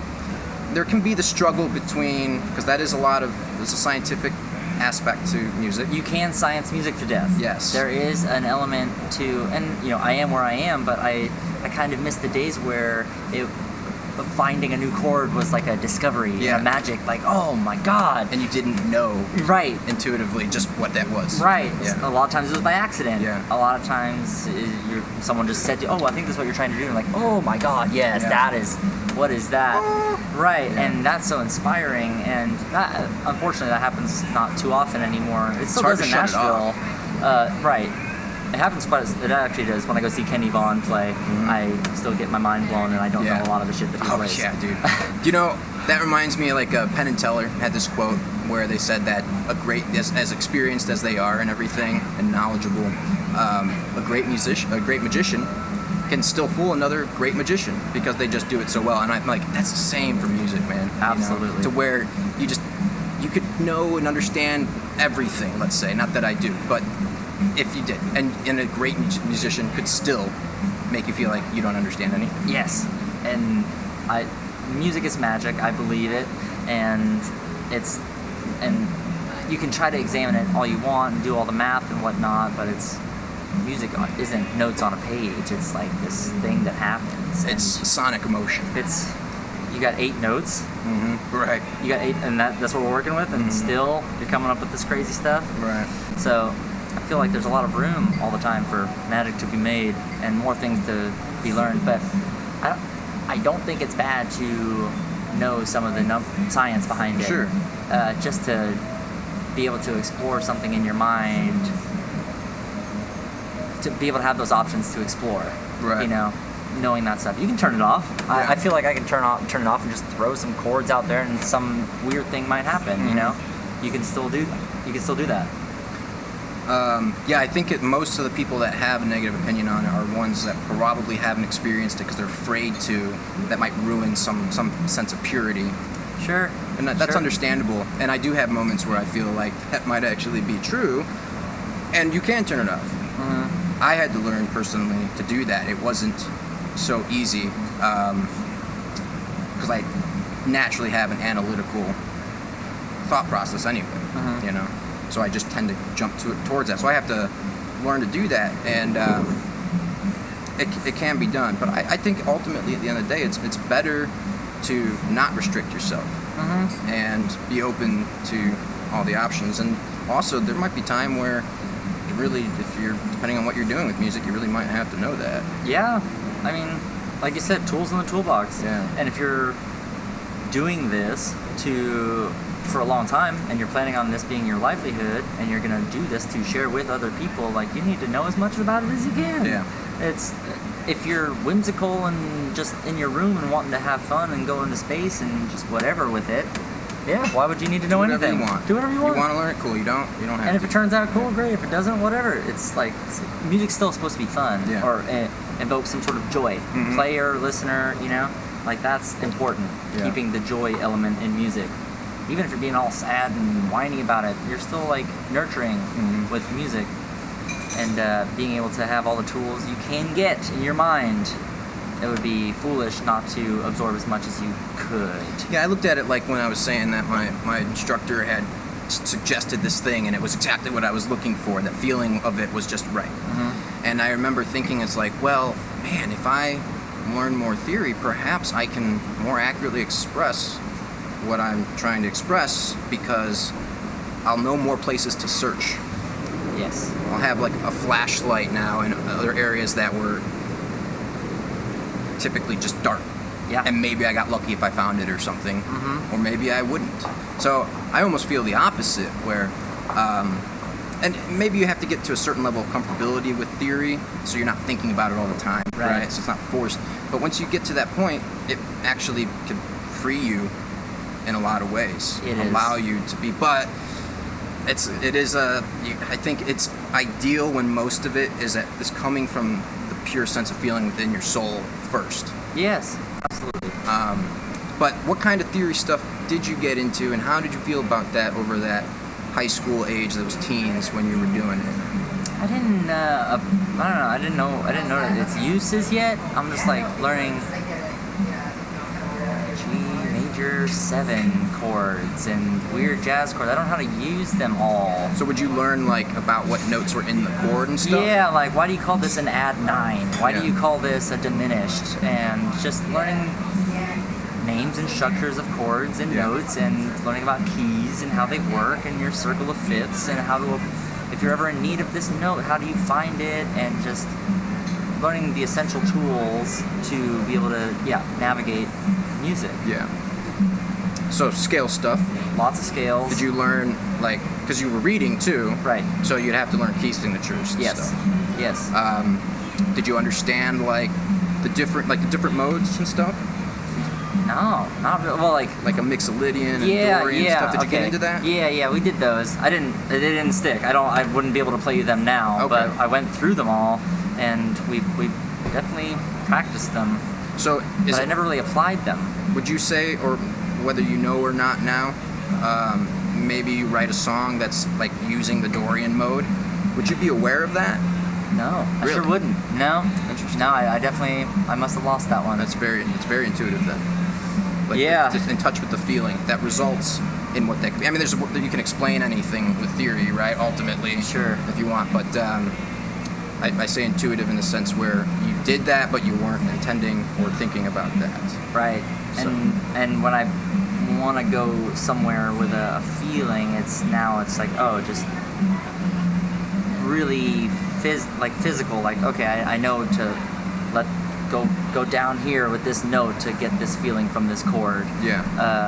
Because there's only so many ways you can mess around with a bar chord to make it a different thing. And I still observe chords, and I still observe these things from other guitar players, but it is very intuitive for me. Yeah. Yes, absolutely. A lot of feel still happens. And do you think there was enough theory that you worked on to where those things were able to become a little more intuitive? Yeah, just the basics of like relative minors and being able to play minor scales and just appropriate places to play the right notes. Yeah. Just enough to not sound like shit. Right. And then practice that enough to where it becomes second nature. Right. So you're able to play in any scenario. Definitely. Yeah. And what have been some of your, so you said obviously you've had a lot of playing scenarios. You had your orchestra. Yeah. You had those bluegrass jams. Yeah. You had just doing like a performance on your own. Yeah. Right? Yep. And then you had the bands. And actually, what point did you actually officially have your own first band? When was that?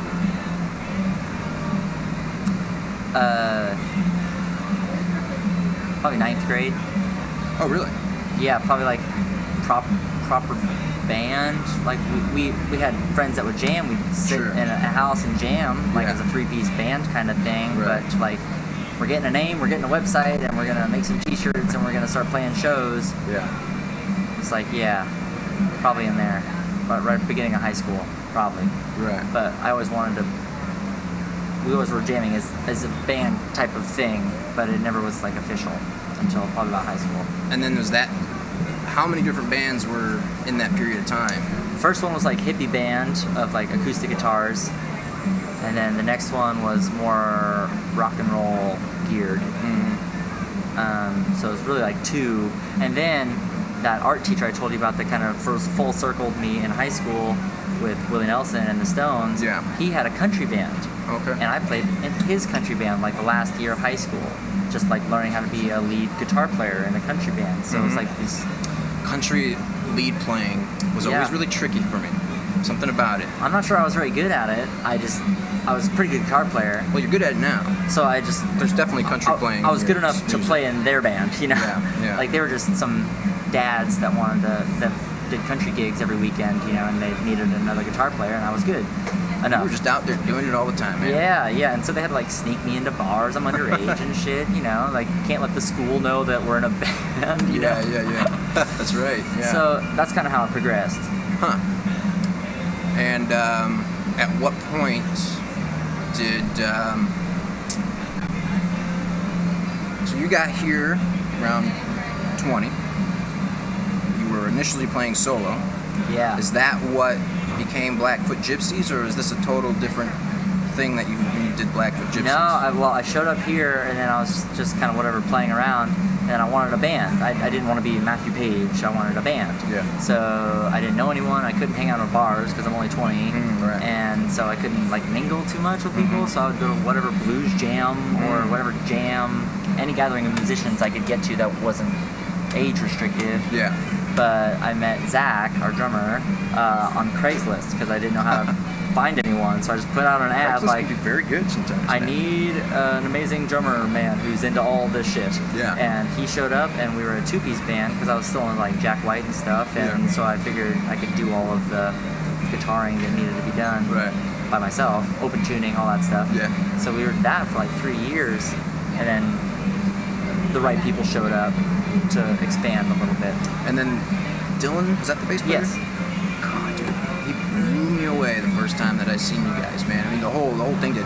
And I had actually, I thought you guys were brothers at first. Yeah. You guys probably get that. We look a lot alike. Yeah, it's really weird. And now that I'm sitting talking to you, I see a little Ryan Gosling similarity. Thank you. You ever get that? I've never gotten a Ryan Gosling. No, that's first. But I'd also had this feeling, and I was thinking maybe you or any one of you or maybe all of you were like homeschooled or something. I think Dylan was. Was I he? think he like stopped doing it in high school, like halfway through it, or maybe I don't know. Yeah, he like opted out for homeschool, like his last year or 2 of high school. The arts, in fact, you did the art school. It makes sense because I've worked with a lot of homeschool kids all the time. There's something different there. Yeah. And I don't know. I just of course you guys are adults, and I don't know exactly how that evolves, but there was just something that seemed similar. Yeah. Some sort of different educational upbringing, so it makes sense. Yeah. Well, art school is definitely different. Yeah. That school was grade 6 through 12. Oh, really? And there's only 500 kids in the whole school. And you started there at ninth grade. Ninth grade. Yeah, I went to. That was your high school. I went to 2 years of regular middle school, 7th, 8th grade, and then I got the call. You're coming up. To get into the art school. Yeah. Everyone wanted to go. Like that, everyone wanted to go. But you had to apply and you had to audition, and then you got in or not. Right. And yeah, there's a school comparable to that in Denver. I got a student going to. There's one here, the Nashville School of the Arts, NSA. Oh yeah. Yeah, I met some people. The one in Denver's DSA. Look at Denver that. School of the Arts. I wonder if there's a. Mine was called VSAA, Vancouver School of Arts and Academics. They went with the 2 A's, huh? Yes, arts and academics. Academics. We learned both. But that was a super nurturing environment to be in because they wanted to teach you art. Yeah, and like your teacher, you ended up playing in a band with. I mean, like I would imagine a standard public school chance of something like that would be less likely. Right. I mean, there's not even because of like the teacher-student relationship, like taboo, especially that's a big deal today. I think, but just the fact that I don't know, it's maybe a teacher at a place like that really liked teaching there, really enjoyed specifically what they were doing, I would imagine. Yeah. Did it seem Yeah. that Well, way? he was a brilliant fine artist. Like he could paint a $10,000 painting, but his day job was working at the art school, teaching other kids pottery and painting and screen printing and the whole thing. And he had a record player and all these records. He was super into music, and so my whole last year of high school, I never actually had his class, but I was always in the art room, and we were just listening to records. And he was just like, it was like Jedi training. Yeah. Just like, why do I need to listen to Steely Dan? Like, dude, we're listening to Steely Dan today. I'm like, fuck Steely Dan. And then by side B of the record, he's like pointing to my foot and like it's tapping. He's like, that's why we're listening to Steely Dan. Like, there's something going on here and you need to know about it. Yeah. Oh, wow. Okay. So he gave me a lot of like weird training I didn't, because, you know, by the end of high school, you start thinking you know some shit, Sure. and he just was dropping all this knowledge on me in a really humble, cool way. Right. He wasn't like, I know what I'm doing, you don't. He, like, respected me, Right. but also was nurturing me. Here's this. Check it out. Yeah. Come to your own It's like, I know conclusions. you're really into blues and all this old stuff, but you need to check out the Stones. Mhm. Like, well, the Stones are just like a half-ass kind of rock and roll band. I don't get it. Listen to Your this. mind changed on that a little Listen bit. to this. I'm like, oh, okay. And then, yeah. And then I started discovering all these middle ground bands that had combined all this cool shit that we were into. Yeah. There's pretty much there's a couple other things. One more or less to just talk a little bit more about specifically what you got going on right now. Sure. But pretty much good to wrap it up here. But one other thing is you did touch on some resources. You talked about, obviously, lessons is a big resource. You talked about all the going to the jams that your dad would take you to, so Yeah. the actual physically playing with other people. You talked about the VHS tapes and stuff, right? Yeah. Another big resource that I found important for a lot of people is like the technology side of it. Mm-hmm. So in what ways, and I guess maybe that could mostly be like some sort of recording capability, Okay, yeah. because you can learn so much from that. It provides a unique opportunity, but maybe even beyond recording stuff too, but technology-wise and in relation to your learning process over time. Yeah, I definitely wanted to record, and technology. Did you ever get any sort of like computer software? Or? Yes. So sort my of parents tape got thing? me. They split it. They bought me a MacBook when I graduated high school, because you're gonna need one to go to college. So you had GarageBand in that, right? Exactly. And I started really using that to layer and learn how to harmonize with myself, Yeah. and just harmonizing in general. Yeah. I had a wake up moment when I had a visual in my mind of, okay, here's a melody line like music, up down up down up down, and harmony. I was like, well, what if you just mimic that but down here, and so, or up here, and so just follow. When that goes up, just go up, but up a little higher. I don't know, Sure. something about that. Sure. And then I woke up in the middle of the night and I record a melody, and then I try to harmonize, and then something about it clicked, and because I could layer my shit and practice like that, I was able to get a crash course in harmonizing and practicing that, and layering guitar ideas, and just layering and recording and organizing and arranging. Arranging for you, what does that mean? Because you had the orchestral experience too, so... Well, arranging like guitar parts, or arranging when different vocal instruments parts. coming in and out, yeah. structure. Weird percussion that I would use, like a necklace hitting against a notebook, just trying different things. Oh, like yes. GarageBand really was simple enough and good enough, like at the same time, to just be a great thing for Still me to is learn to on. it. Yeah, and I have a bunch of those recordings, and they were great, and for practice. Sure. And my friends got some Pro Tools, and we did some home recording, and just once I ever dabbled in trying to get my own recording setup, it was like a rabbit hole of preamps and monitors and chords and other shit that I didn't have, and I'm trying to buy guitars, man. I'm Right. like, where I could go pay this guy who has a studio and is really good and knowledgeable and has it all. I had dabbled, but I never really got into having my own recording world outside of like GarageBand. So does that mean you weren't generally speaking much of a gearhead, or were you, but just more in a guitar sense? Yeah, more in a guitar sense. Like, I just wanted a cool guitar tone. Yeah. And so I'd get some pedals. I've been in and out of pedal phases. I have a really minimal setup now, because I really wanted to focus on the elements of rock and roll that aren't in pedals. I wanted to be able to do what Jerry Lee Lewis and Chuck Berry did, and they never used any pedals. Yeah. So it's like, what are they tapping into that's making chicks freak out, and it's not a guitar pedal. Like, there's something else. Yeah. So that's where my focus went. But Tone in the fingers. Gear, right? Exactly. But as far as gear goes, yeah, I did pedals, I did amps. Like my art teacher, who we were in a band with, we were always nerding out over guitars and pickups and amps and all that stuff, and search for good tone. Tone was huge. Guitar tone. And that was just based on the guys you liked. Yeah. Right. Yes. Yes. It's an interesting thing. I mean, for me, I didn't get into that until much later, really, until these past,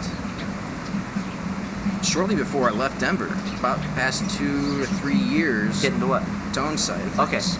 I was always just so much focused on the songwriting.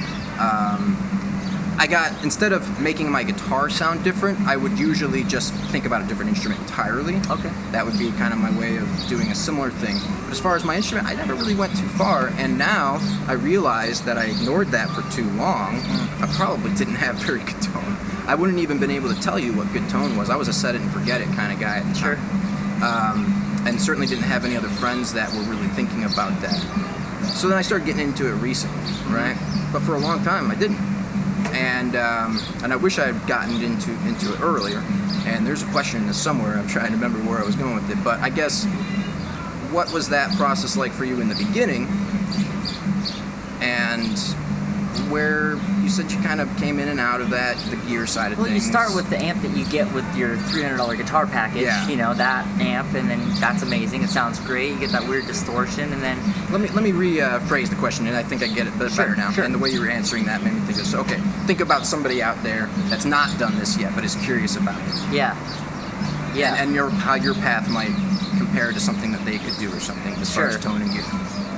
I've seen enough shows with guys playing through terrible amps to where the answer is it doesn't matter what you play through, the person playing is the magic. Mm-hmm. I have seen shows where full-grown professional musicians are playing through like those practice Squire amps, and what they're playing and how they're playing together is amazing. Yeah. So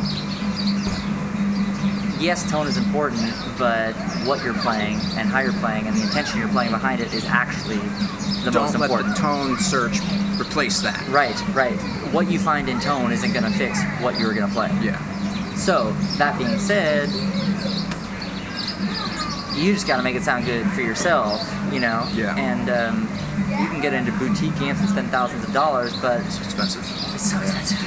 But really, the magic, like you said, is in your fingers and your intention behind it.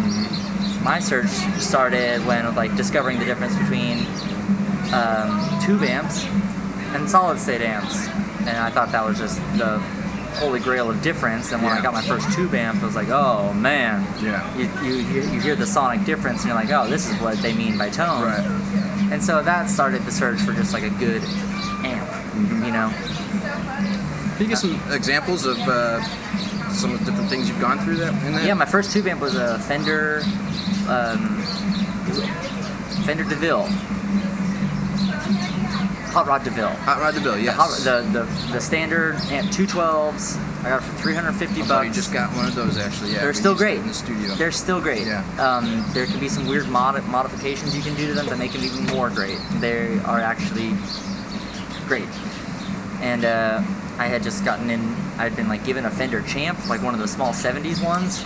Super awesome.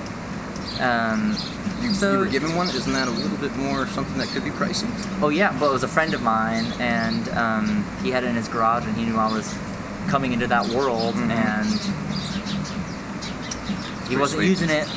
And That's pretty cool. I was getting really into Derek and the Dominoes, Oh, yeah. and that whole record was done on Champs, and we were just talking about Champs. Like, I think I have one of those, and he just contributed to the cause, so I was lucky in that way. But learning about pedals and like learning about, you can feel it when the tone is there. Yeah, so certainly. Same thing with like songwriting and playing. Like we said before, if you can stand there and feel it, if you're feeling it, like that tone or that certain sonic vibration, that will carry over to the listener, but it has to be there next to you. Like, it has to be there. It's not going to somehow magically go through the PA and come out awesome. Right. You need to set it awesome. It needs to be awesome, and then it can be amplified through the PA. Yeah.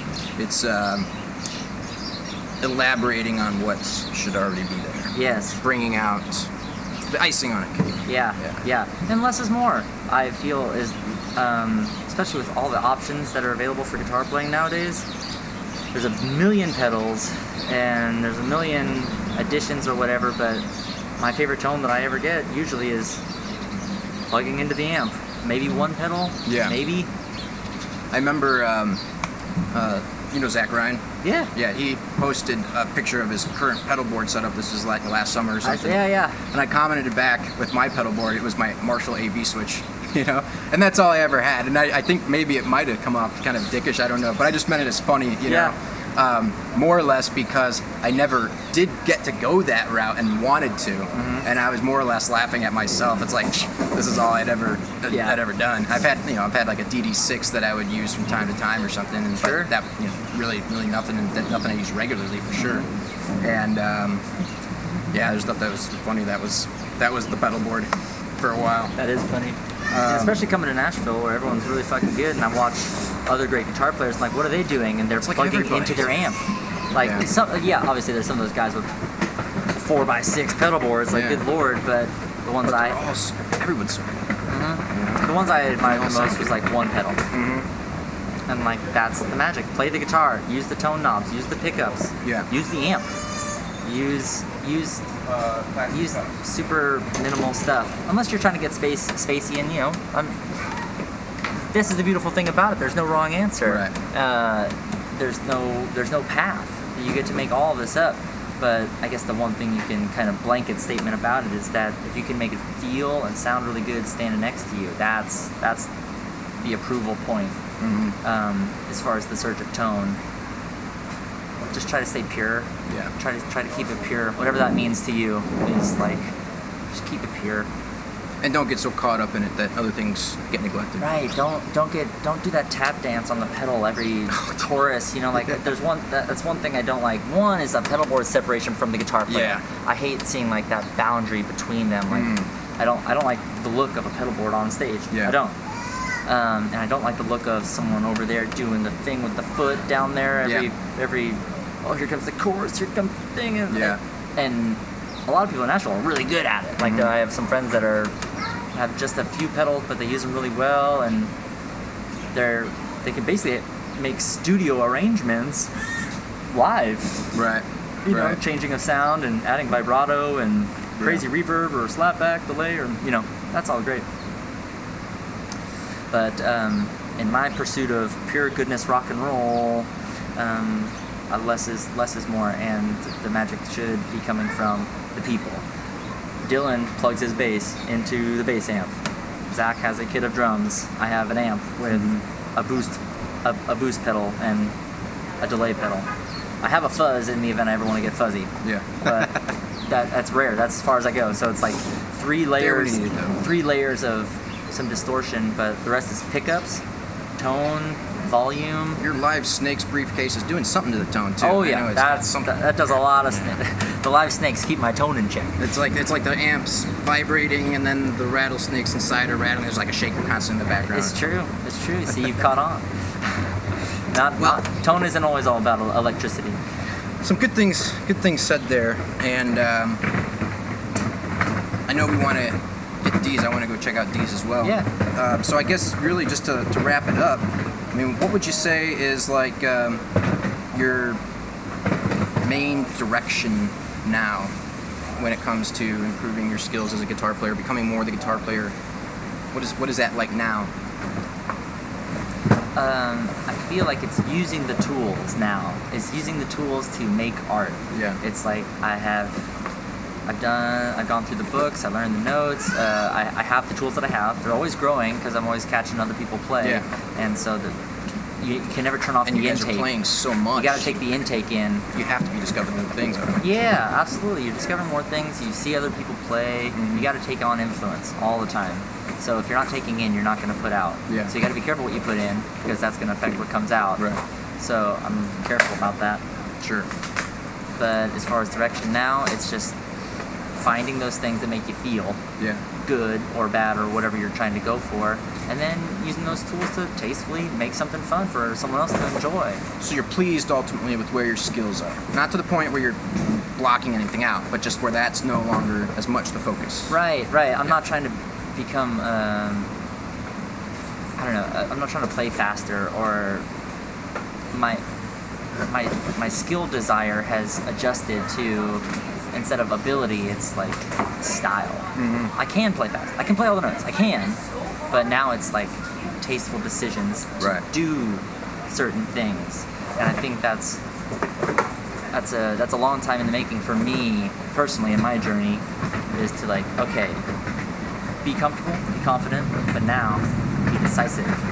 So the creative process Yes. is the big focus. Yeah, being creative and making things that are catchy and fun. And now I like making music for myself to enjoy and for others to enjoy. Like the purpose is now for me to share something that is fun to enjoy and make you think and make you feel and all that other stuff. But using these skills, instead of showing you how good I am at something, I'm trying to just deliver something good that will make you feel it, you know. Instead of crazy noodly, I just want to hit some good chords and some good notes and be tasteful. Do you tend to hear it in your head first? I try to sing. Yeah. I'm singing when I'm playing. When I go into a solo, I'm able to now play what I'm singing in my head. Yeah. So when I want to go to that note, I can. Eric Clapton taught me that one. Yeah. It was like once you can figure out to play what you're hearing in your head, that's when you're at a comfortable place, and that's what all those hours of noodling in the blues box and all the improvisation to like. I've sounded bad for a really long time, but now I can kind of land just about where I want to, Right. and there's still enough mystery in there for me to where I find myself going new places that I never been to before. Sure. Like you can It's never not turn getting off. stale. Right? No, you can never turn off that option of is there something else? Because there is, and there's a new way to play it. And sometimes when you get stifled, you just got to go jam with someone else, or watch someone else play, or listen to someone else, and that's going to open up some other stuff. So don't just stay in your own mind. You gotta share, contribute, and also take in from others. Speaking of that, and I'm going to try really hard to not go off on another tangent, because You're fine. we could talk, I'm sure, for hours. But the stuff that you're writing for Blackfoot Gypsies, is that most of what you are writing? Is what we're hearing coming through that? Or do you have a bunch of other stuff that's not necessarily going to be used in the band? Where are you at with, like... Yeah, I got some of that. Yeah. Yeah, I got plenty of songs that are just kind of like solo set material almost. Gotcha. I got some songs, plenty of songs that can be put into the band style. Sure. Yeah, but I'm trying to write songs that are good songs. Right. And that to me means no matter what arrangement you do it in, full band, one guy, anything, it's going to come across as a good song. Right. Right? Yeah. So that's kind of my goal, is to deliver You're a not good limited by the song. style. Right. It's like, well, I can't do it because I only have an acoustic guitar. I'm like, well, it should be a good song, whether Right. it's full band. And I think Bob Dylan does that really well. Oh, yeah. He can sit there and play a song and it's cool, or he can have that full band and it's just as amazing, but Definitely. in a different sonic energy. So does this stuff come out in any way?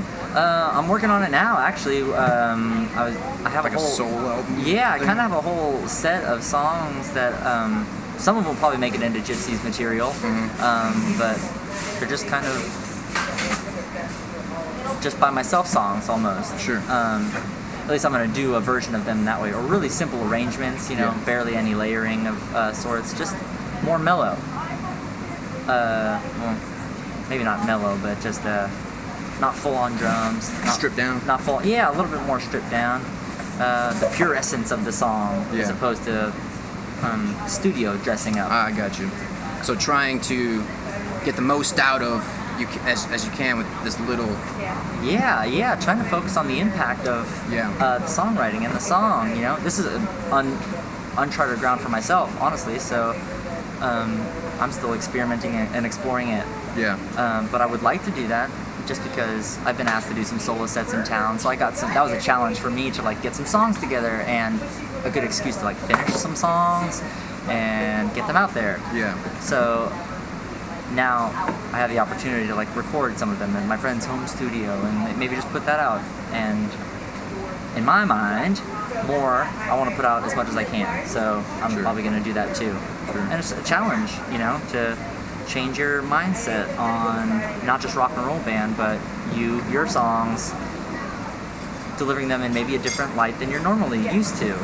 It's a challenge, and it's out of your comfort zone, and that's when a lot of cool magic starts to happen, outside your comfort zone.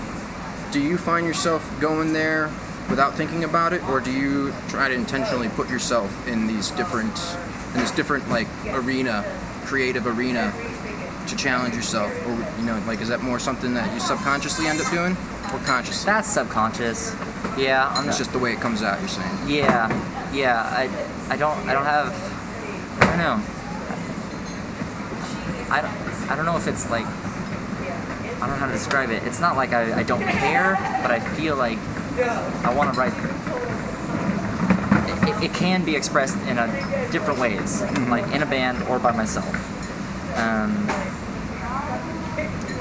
I don't know. I don't really have a goal for a song. Not always. Sometimes, not like big picture. Not always. Sometimes I do, but I guess I'm just trying to keep my options open. I guess because I guess if you set up your expectations sometimes, and then you can be let down. So you create, and then you figure out the rest after. Yeah, I guess so. Because be in the moment. That's huge. Write in the moment. Create in the moment. Don't let someone else's record or someone else's ideas like stifle some fun, cool ideas that you have. Yeah. Because sometimes if you're writing a song and then you're like, well, let me listen to a Bob Dylan song and see if what I'm doing is something he would have done. Like, that'll kill you. Yeah. That'll just kill your creative. That'll kill your mojo for trying to do something, you know? And I don't want to do that. So I stay in the moment. I try to just create the best, most thoughtful stuff I can in the moment.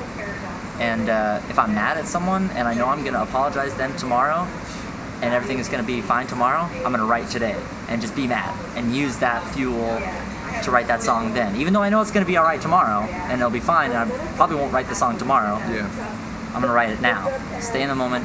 Use that creativity or whatever has just charged you to want to write. If you're happy or sad or whatever. Do you come back to songs though?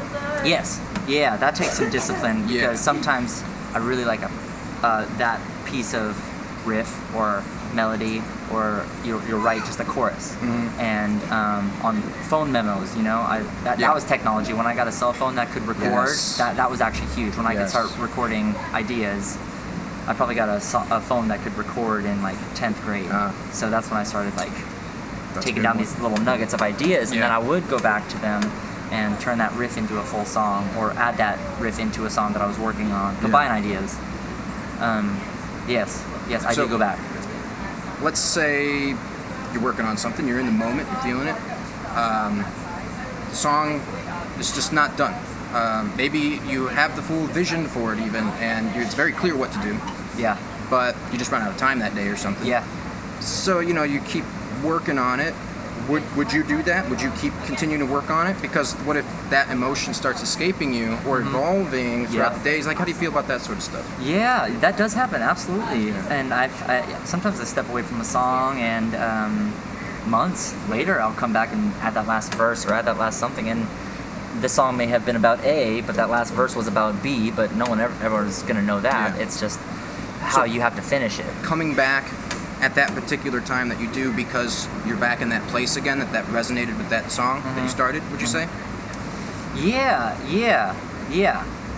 It does, but hopefully I had picked up something else that will help me finish it. Right, you know? Right.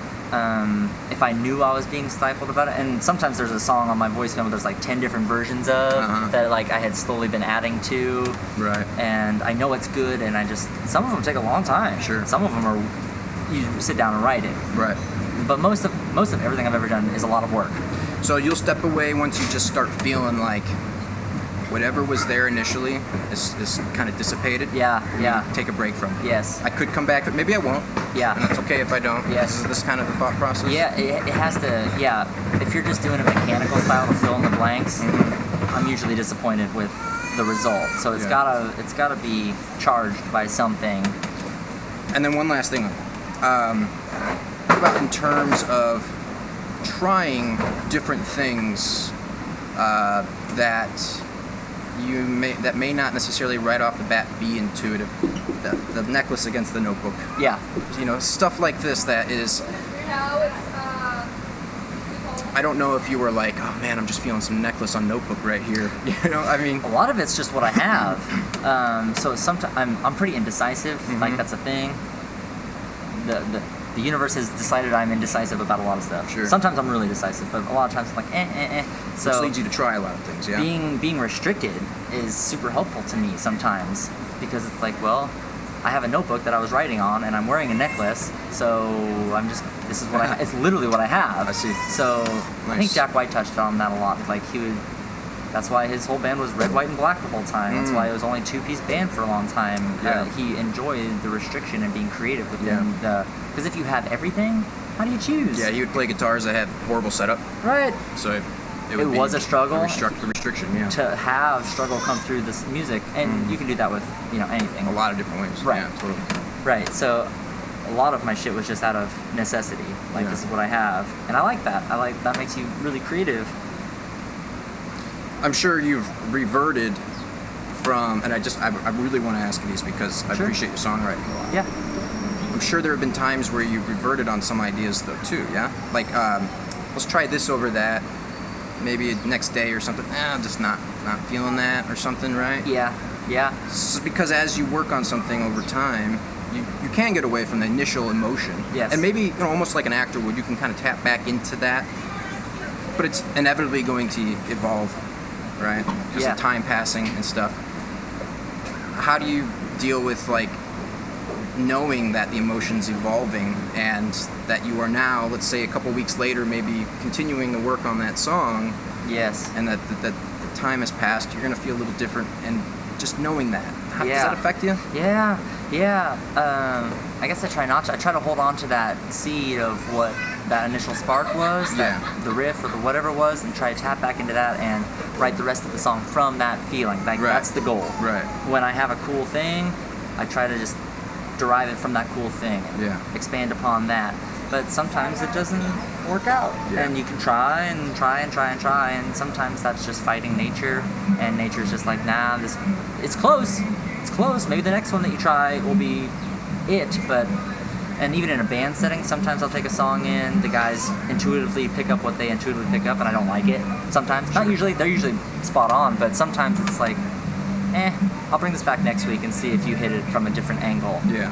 So, in a band perspective, there's that. Sure. Yeah. But in a writing way, definitely just try to keep your finger on the pulse of whatever got you charged up in the first place.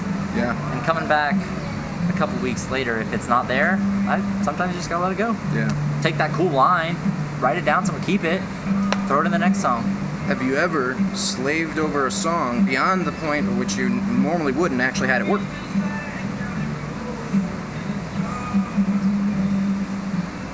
Like, yeah. Not most of the time, though. Yeah, but not usually. Yeah, not. Yeah, definitely worked hard on the song to like try to make it work. Yeah. And it usually feels like you kind of tried. Yeah, right. You know? It comes out. But I mean, obviously that's my kind of music, that's my song, and that's my journey. Some people, things take work. Yeah. Like, that might just be a part of their personality. Right. So in that sense, it actually is, like, the integrity is actually still there. Yes. It's who they are. And I respect that when people do that. A lot of my music is derived from visceral feelings, like the stuff you don't think about but just feel, like the tingly feelings. Right. Like I'm trying to tap into that so much, not so much in your brain, Right. but Things more. that don't have words per se. Right. So you need to try really hard to make a classical piece of music. You need to think. Yeah. You need to try. That's specifically what I was thinking about too. You need to pay attention, and you need to try. I don't think there's another way to do that. It's just gonna take time for something that big. And the essence of it can be visceral, like the maybe reoccurring melody or the chords that are used in it. Like, those things could have come from like a natural Spitfire way, but then to organize it and to arrange it, that's gonna take work. Yeah. I mean, rock and roll takes work too. And it goes through different hands too. Yeah. Sometimes. Yes. Yeah. You gotta trust your bandmates with your songs and ideas to for them to lay something down that's congruent with you, you know. I don't think it's a bad thing to work, you know. Sure. Work on music. I don't think that will take away from it. But as long as it's not too thinky, it can't be too in your head. Yeah. It's gotta still have feeling. Yeah, and if it just doesn't feel right at the end of the day, then maybe you should just let it go.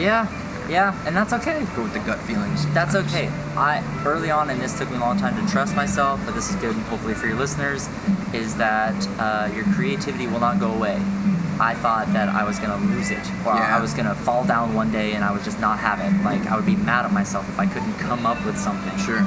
And it's okay. You don't have to come up with something every time you check yourself and you want to, like, come up with something right now. And if you don't, that's okay. Yeah. Because the thing that got me is that there's not always fruit on the tree. There's not always fruit on the tree. There are times when there is fruit on the tree, and it's awesome, and you get some food, and there it is. And when it is, you get as much as you can. Soak it in. But sometimes the tree is dry, and you can't be mad at the tree for not having fruit all the time. You're a tree. Yeah. You're making fruit. Don't be mad at yourself. Yeah.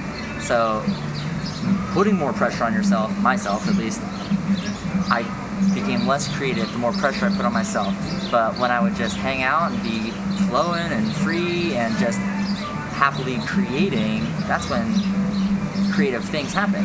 Yeah. So don't put too much pressure on yourself to be creative when you're songwriting. Feel it, feel good. Don't judge yourself too hard. Don't think about what someone else would be doing too much. Right. You know, embrace what your thoughts are. Yeah. But you will be creative again. You will never run out of creativity, ever. And you gotta trust that. I gave myself at one point, I had to do this because things just it was exactly what you were just describing. I had to give myself permission to make shit, and it was okay if the song didn't turn out great. Yeah. You know, and usually if it's great, to me that means it feels exactly how I wanted it to feel. To me, that's great for me. That's how I would measure it for myself. Yeah. And then, there could be a whole bunch of reasons. Sometimes it's good just to keep creating, or sometimes it's good just to get started with it or whatever. Sometimes you can avoid it because it feels like, I don't know if I will make a good song today or whatever. Mm-hmm. But that's okay. You don't have to make a great song. And sometimes getting those ideas and whatever you were struggling with, complete that idea, set it over there. That's gonna make room in your brain. Yeah. For you don't even have to touch that again.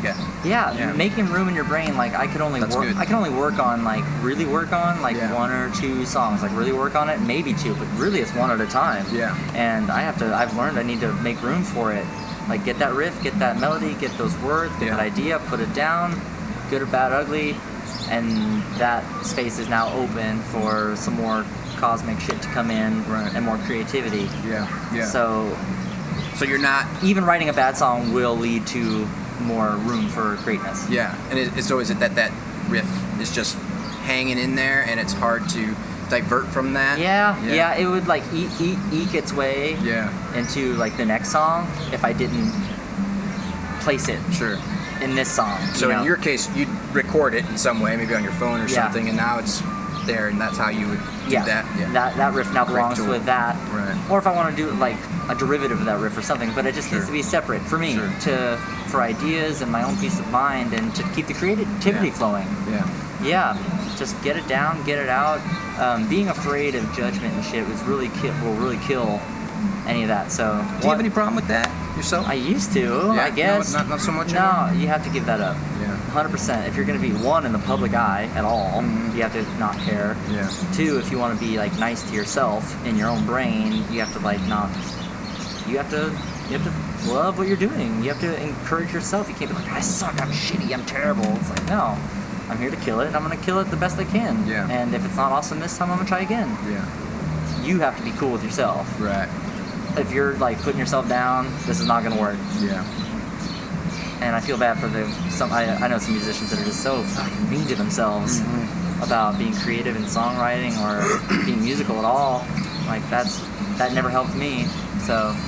Well, what did you, for people that are in dealing with that sort of thing, and you said you did deal with that at a time, So what were the things that let you let go of that and get away from it? Were there particular things, or was it just being aware of it and making a conscious effort to just not be that way? I guess that was it. It was like when you start deciding what you're gonna wear or what you're gonna play, and when you're thinking about those things, if you're deciding those things based on other people's opinions, then that's what I needed to get away from. It's like the classical musical world. They were judging me. Mm-hmm. This was their opinion that I was doing less better than these people. Yeah. And so, like, I don't want to do that. I don't want to care what people think of. I want to wear what I want. I want to do what I want. I want to just be my own character. And so, you really just gotta let go. Yeah. Easier said than done. Sure. Super easier said than done. That's a big struggle for me. And every time I play, sneak back in. Yeah, totally. And even when I still play, it's like I might know that like a manager, someone's in the audience, or someone important in the audience, or a cute girl that I'm trying to impress is in the audience, or something like that. Yeah. I've learned to 30 minutes before I'm on stage, that's out the door. That's out the window. I'm here to play. And I'm gonna play exactly how I wanna play, and I'm here to play my music. I'm not gonna change my shit today because of someone in the audience. I got here by being myself, and I'm gonna play this show how I will play it, you know? Yeah. So you gotta get that out of your mind. At least that's been my goal. Yeah. Is to just be as purely yourself, and it's fun that way. You don't have to stress about someone approving you or liking you or anything. Yeah.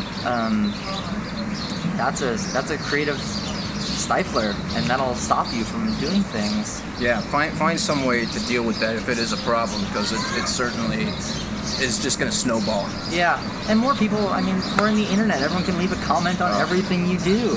You are gonna go under scrutiny. Yeah. Even the most fucking perfect Mr. Rogers has hate mail, you know? God damn. So, that being said, you just gotta, there's gonna be bad days. There's gonna be good days. People are gonna hate you. People are gonna love you. That's part of it. Maybe if you do have that sort of polarization, it might be a signal if you're doing something right too. Sure, you're triggering. I mean, you're getting a response out of people. You're stirring them in some way to feel, which is good. Yeah, absolutely. Because maybe if you're too bland, holding back yourself from putting yourself into your music too much, revealing that vulnerability that's involved with that, makes it maybe more acceptable, but it's not as moving. Yeah. And when people are moved, it doesn't always mean that they're going to have a good opinion. Sure. Right? Sure. But that means you're also probably moving people in a positive way too, in a stronger way than just being safe. Right. So, getting out of that comfort zone. Absolutely.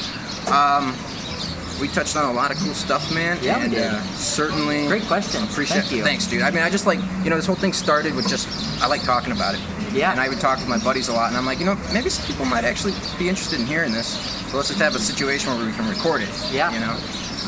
But I'm like just very curious, about this stuff, and I love hearing people's stories. And I appreciate your passion. Yeah. And I'm happy to share, and thank you for making me think of these things. Like, even asking these questions makes you examine your own style, and hopefully this encourages other thoughts for other people. I hope so, man. To just I hope it be fearless. Yeah, I hope they can be inspired, and I hope that they can also just relate. Yes. In ways too. Yeah, definitely not alone in the pursuit.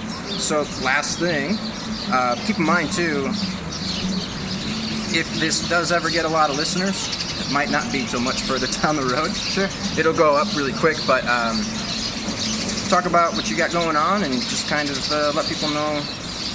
Yeah. You mentioned a little bit about the solo stuff coming up, but I'm probably gonna record more or less a solo album just for fun. Yeah. Release it and sell it to my friends and family, whatever, Yeah. Because a lot of people have just wanted to hear me play guitar and sing. Real simple. Because I play in a rock and roll band, Sure. and I'm playing with two other virtuosic, in my opinion, musicians. Totally. And I love sharing music with them and playing with them, but just for a different cosmic space. Playing some more stripped down. Bob Dylan-y is, some of that other side, Sure. And then I So I'm probably going to do that. And then the Blackfoot Gypsies, my band, we're going to be putting out another album hopefully soon. We just got off a label, so it's kind of like picking another route to release our music. But we have plenty of music. We're super into contributing and playing live, so you can find us live. We tour the country most of the year. So mad respect for how much you guys are at it all the time, dude. Well, that's what I mean. I feel it every day. The clock is ticking. Again, when you lose your brother and you know how life can just be gone so quick, it's like now is the time. Johnny Cash-esque story there, right? Yeah, exactly. Now is the time. So I have a sense of urgency. So I want to go tour and play all the time. So if you're listening and you want to come to the show, please do that. On our website, blackfootgypsies.com or whatever you want to Google. Facebook. Our dates are easy to find. Yes. And, you guys always post everything on Facebook. That's where I usually see it. Yes, Facebook. And if you just Google our band name, it's easy to find. So we'll be putting out another album, and we'll just keep touring. Hopefully this next album will propel more touring. We got to get back to Europe. They only like pimping you over there when you got a new album. So hopefully that will trigger another tour over there. And just sharing and contributing, and I mean, a lot of people have the grand vision of mansions and cars and like succeeding to some level. That's their success, but my success is not having to work a day job, which I might have to do again someday, but I don't mind. And then just being able to play almost every day. And getting to share music with people and travel. It's a great excuse to go places, you know. Why would I ever go to Tucson, Arizona? And with your buds. Right, with your buds. And you get to share something with someone. Like, it's like a cultural share. I've been missing that myself a lot. I mean, the grass is always greener, because sometimes, you know, being at home, you can make some money actually working around. I don't know. But then touring, you get this whole other side of life, but you're detached from any sort of stability. So there's just ups and downs, but I feel like I'm doing the right thing. And I love it. It makes sense to you. Yeah. It feels right. Yeah. And I've had enough signs from the universe, like this is where this is the job I'm supposed to be doing. You're on the right path. Yeah, exactly. And how long has it been for the Blackfoot Gypsies at this point? You guys started in 2012? It'll be 10 years in February. 10 years? Yes. Oh, wow, okay, cool. Yeah, we started technically in February of 10. And you and drummer's name one more time? Sorry. Zach Murphy. From the beginning. Yep. And then that was 3.5 years of just touring around. Just you two. Yeah, I would play through like a guitar amp and a bass amp. That was fun tone. If you want to talk about when you hit that low note and you get to rock to that bass too, that's I've heard a lot. I've never done that. It's fun.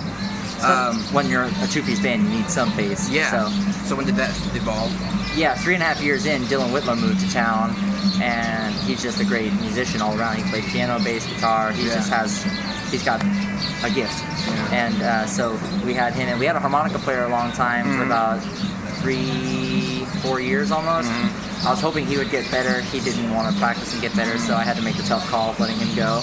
I really loved him as a person, but the music is first in a band. And everyone's got to pull their weight. Unfortunately, I had to make that call. It's all good though, so we've been a three-piece for a year and a half, 2 years. Then Ricky was with us about a year, but before he played with us, he had said yes to this guy's other project whenever he got it going. So when that happened, he had to go and do that, which is fine. All love. He's an amazing friend, musician as well. Super respect to him. Ricky Dover Jr., amazing musician. But now that has made us be a three-piece. You still hold it down. Which is it's a whole new challenge as far as guitar playing. I imagine. It challenges you to use space and chords and timing, and it's fun. It's a challenge, you know. I'm not saying we're going to be three-piece forever.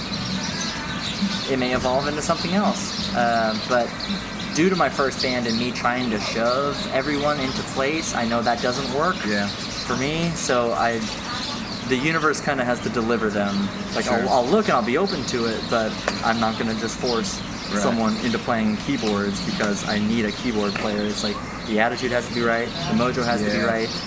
It is worth it to me to wait. And it can be tempting to want to fill that space. Of course. But we have discipline to be patient. We have gigs, and we have music, and we have fans enough to just keep going. And so that's success to me, man. That's huge success. In a town of everyone trying to make it happen, and I'm able to pull it off, at least for a little while at a time, and we have some support. and we have some Certainly success. have some support.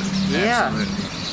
that's so huge, man. Like from the community. Yeah, for sure. and Nashville community, the people that Right, are dude. drenched with music every day, and Yeah. everybody plays, and everyone's talking about it every day. To like That's have quite people come to our accomplishment, that shows, alone, yeah. still, like wow, Yeah. wow. So I'm encouraged.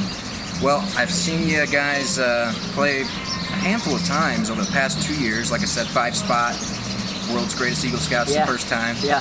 Funny enough, I heard about you guys from Tinder, Wow. of all places, right? What? I was new to here. Yeah. So I was just swiping through Tinder, and there was this gal, and I know you know her. She said she's friends with you guys. She's short, blonde. I don't remember her name. Megan. That sounds right. Yes, I think it was. And she just mentioned, I was saying, hey, what do you recommend for like local music, whatever? And Yeah. she mentioned you guys. Nice. Then I ended up seeing that you had a show, but you were advertising as World's Greatest Eagle Scout. Yes. Check that out. I've seen you play at Talia Hall with Margaret Price in Chicago. That was great. Because I was visiting out there. That was so fun. And like I tell people when you're playing in a city where I know people, I tell them because like it's something they gotta go see, man. It's something that harkens back to old days of stuff that you don't hear as much. Yeah. But it doesn't even matter. Like it's just a good show. I got a friend here that I met actually in LA, and she lived here. So when I got back here, we hooked up, and she wasn't in town at the time, but I saw you guys recently at the Mercy Lounge too. Yeah. And Like a month ago? yeah. Okay. Yeah, and I told her, I'm like, when you get back, if these guys are playing here, you gotta go check it out. Because I know I don't know if it's your type of music or not. Maybe it's not. But I think you'd really love the show. So I think people need to come check it out, man, because it's a good time. I'm not really a dancer, but I will freaking dance at a Blackfoot Gypsies show. That's good, man. I almost can't hold it back. That's the feeling, and I love seeing it bubble up in people. Sometimes we play to an audience and it starts here, like everyone's stiff. They're like maybe not are entirely sure they want to give in to this, Yeah. Then song 3, song 4, like all right. Yeah. I love that. That's fun. Well, and thank you. Yeah, you guys got it down. Thank you. And I'm really interested to see where things go because things are already so great. It'd be great to see how things become more great. Well, just contribute. Yeah, I just want to contribute and be a part of it. Like, I'm not trying. I'm trying to live my life through music, but I'm not trying to take over the world. I just want to contribute because a lot of our inspiration comes from other people. It's not just you. Yeah. You're not the king of the world. Yeah. Like just be a part of it. Right. Contribute and help encourage other people.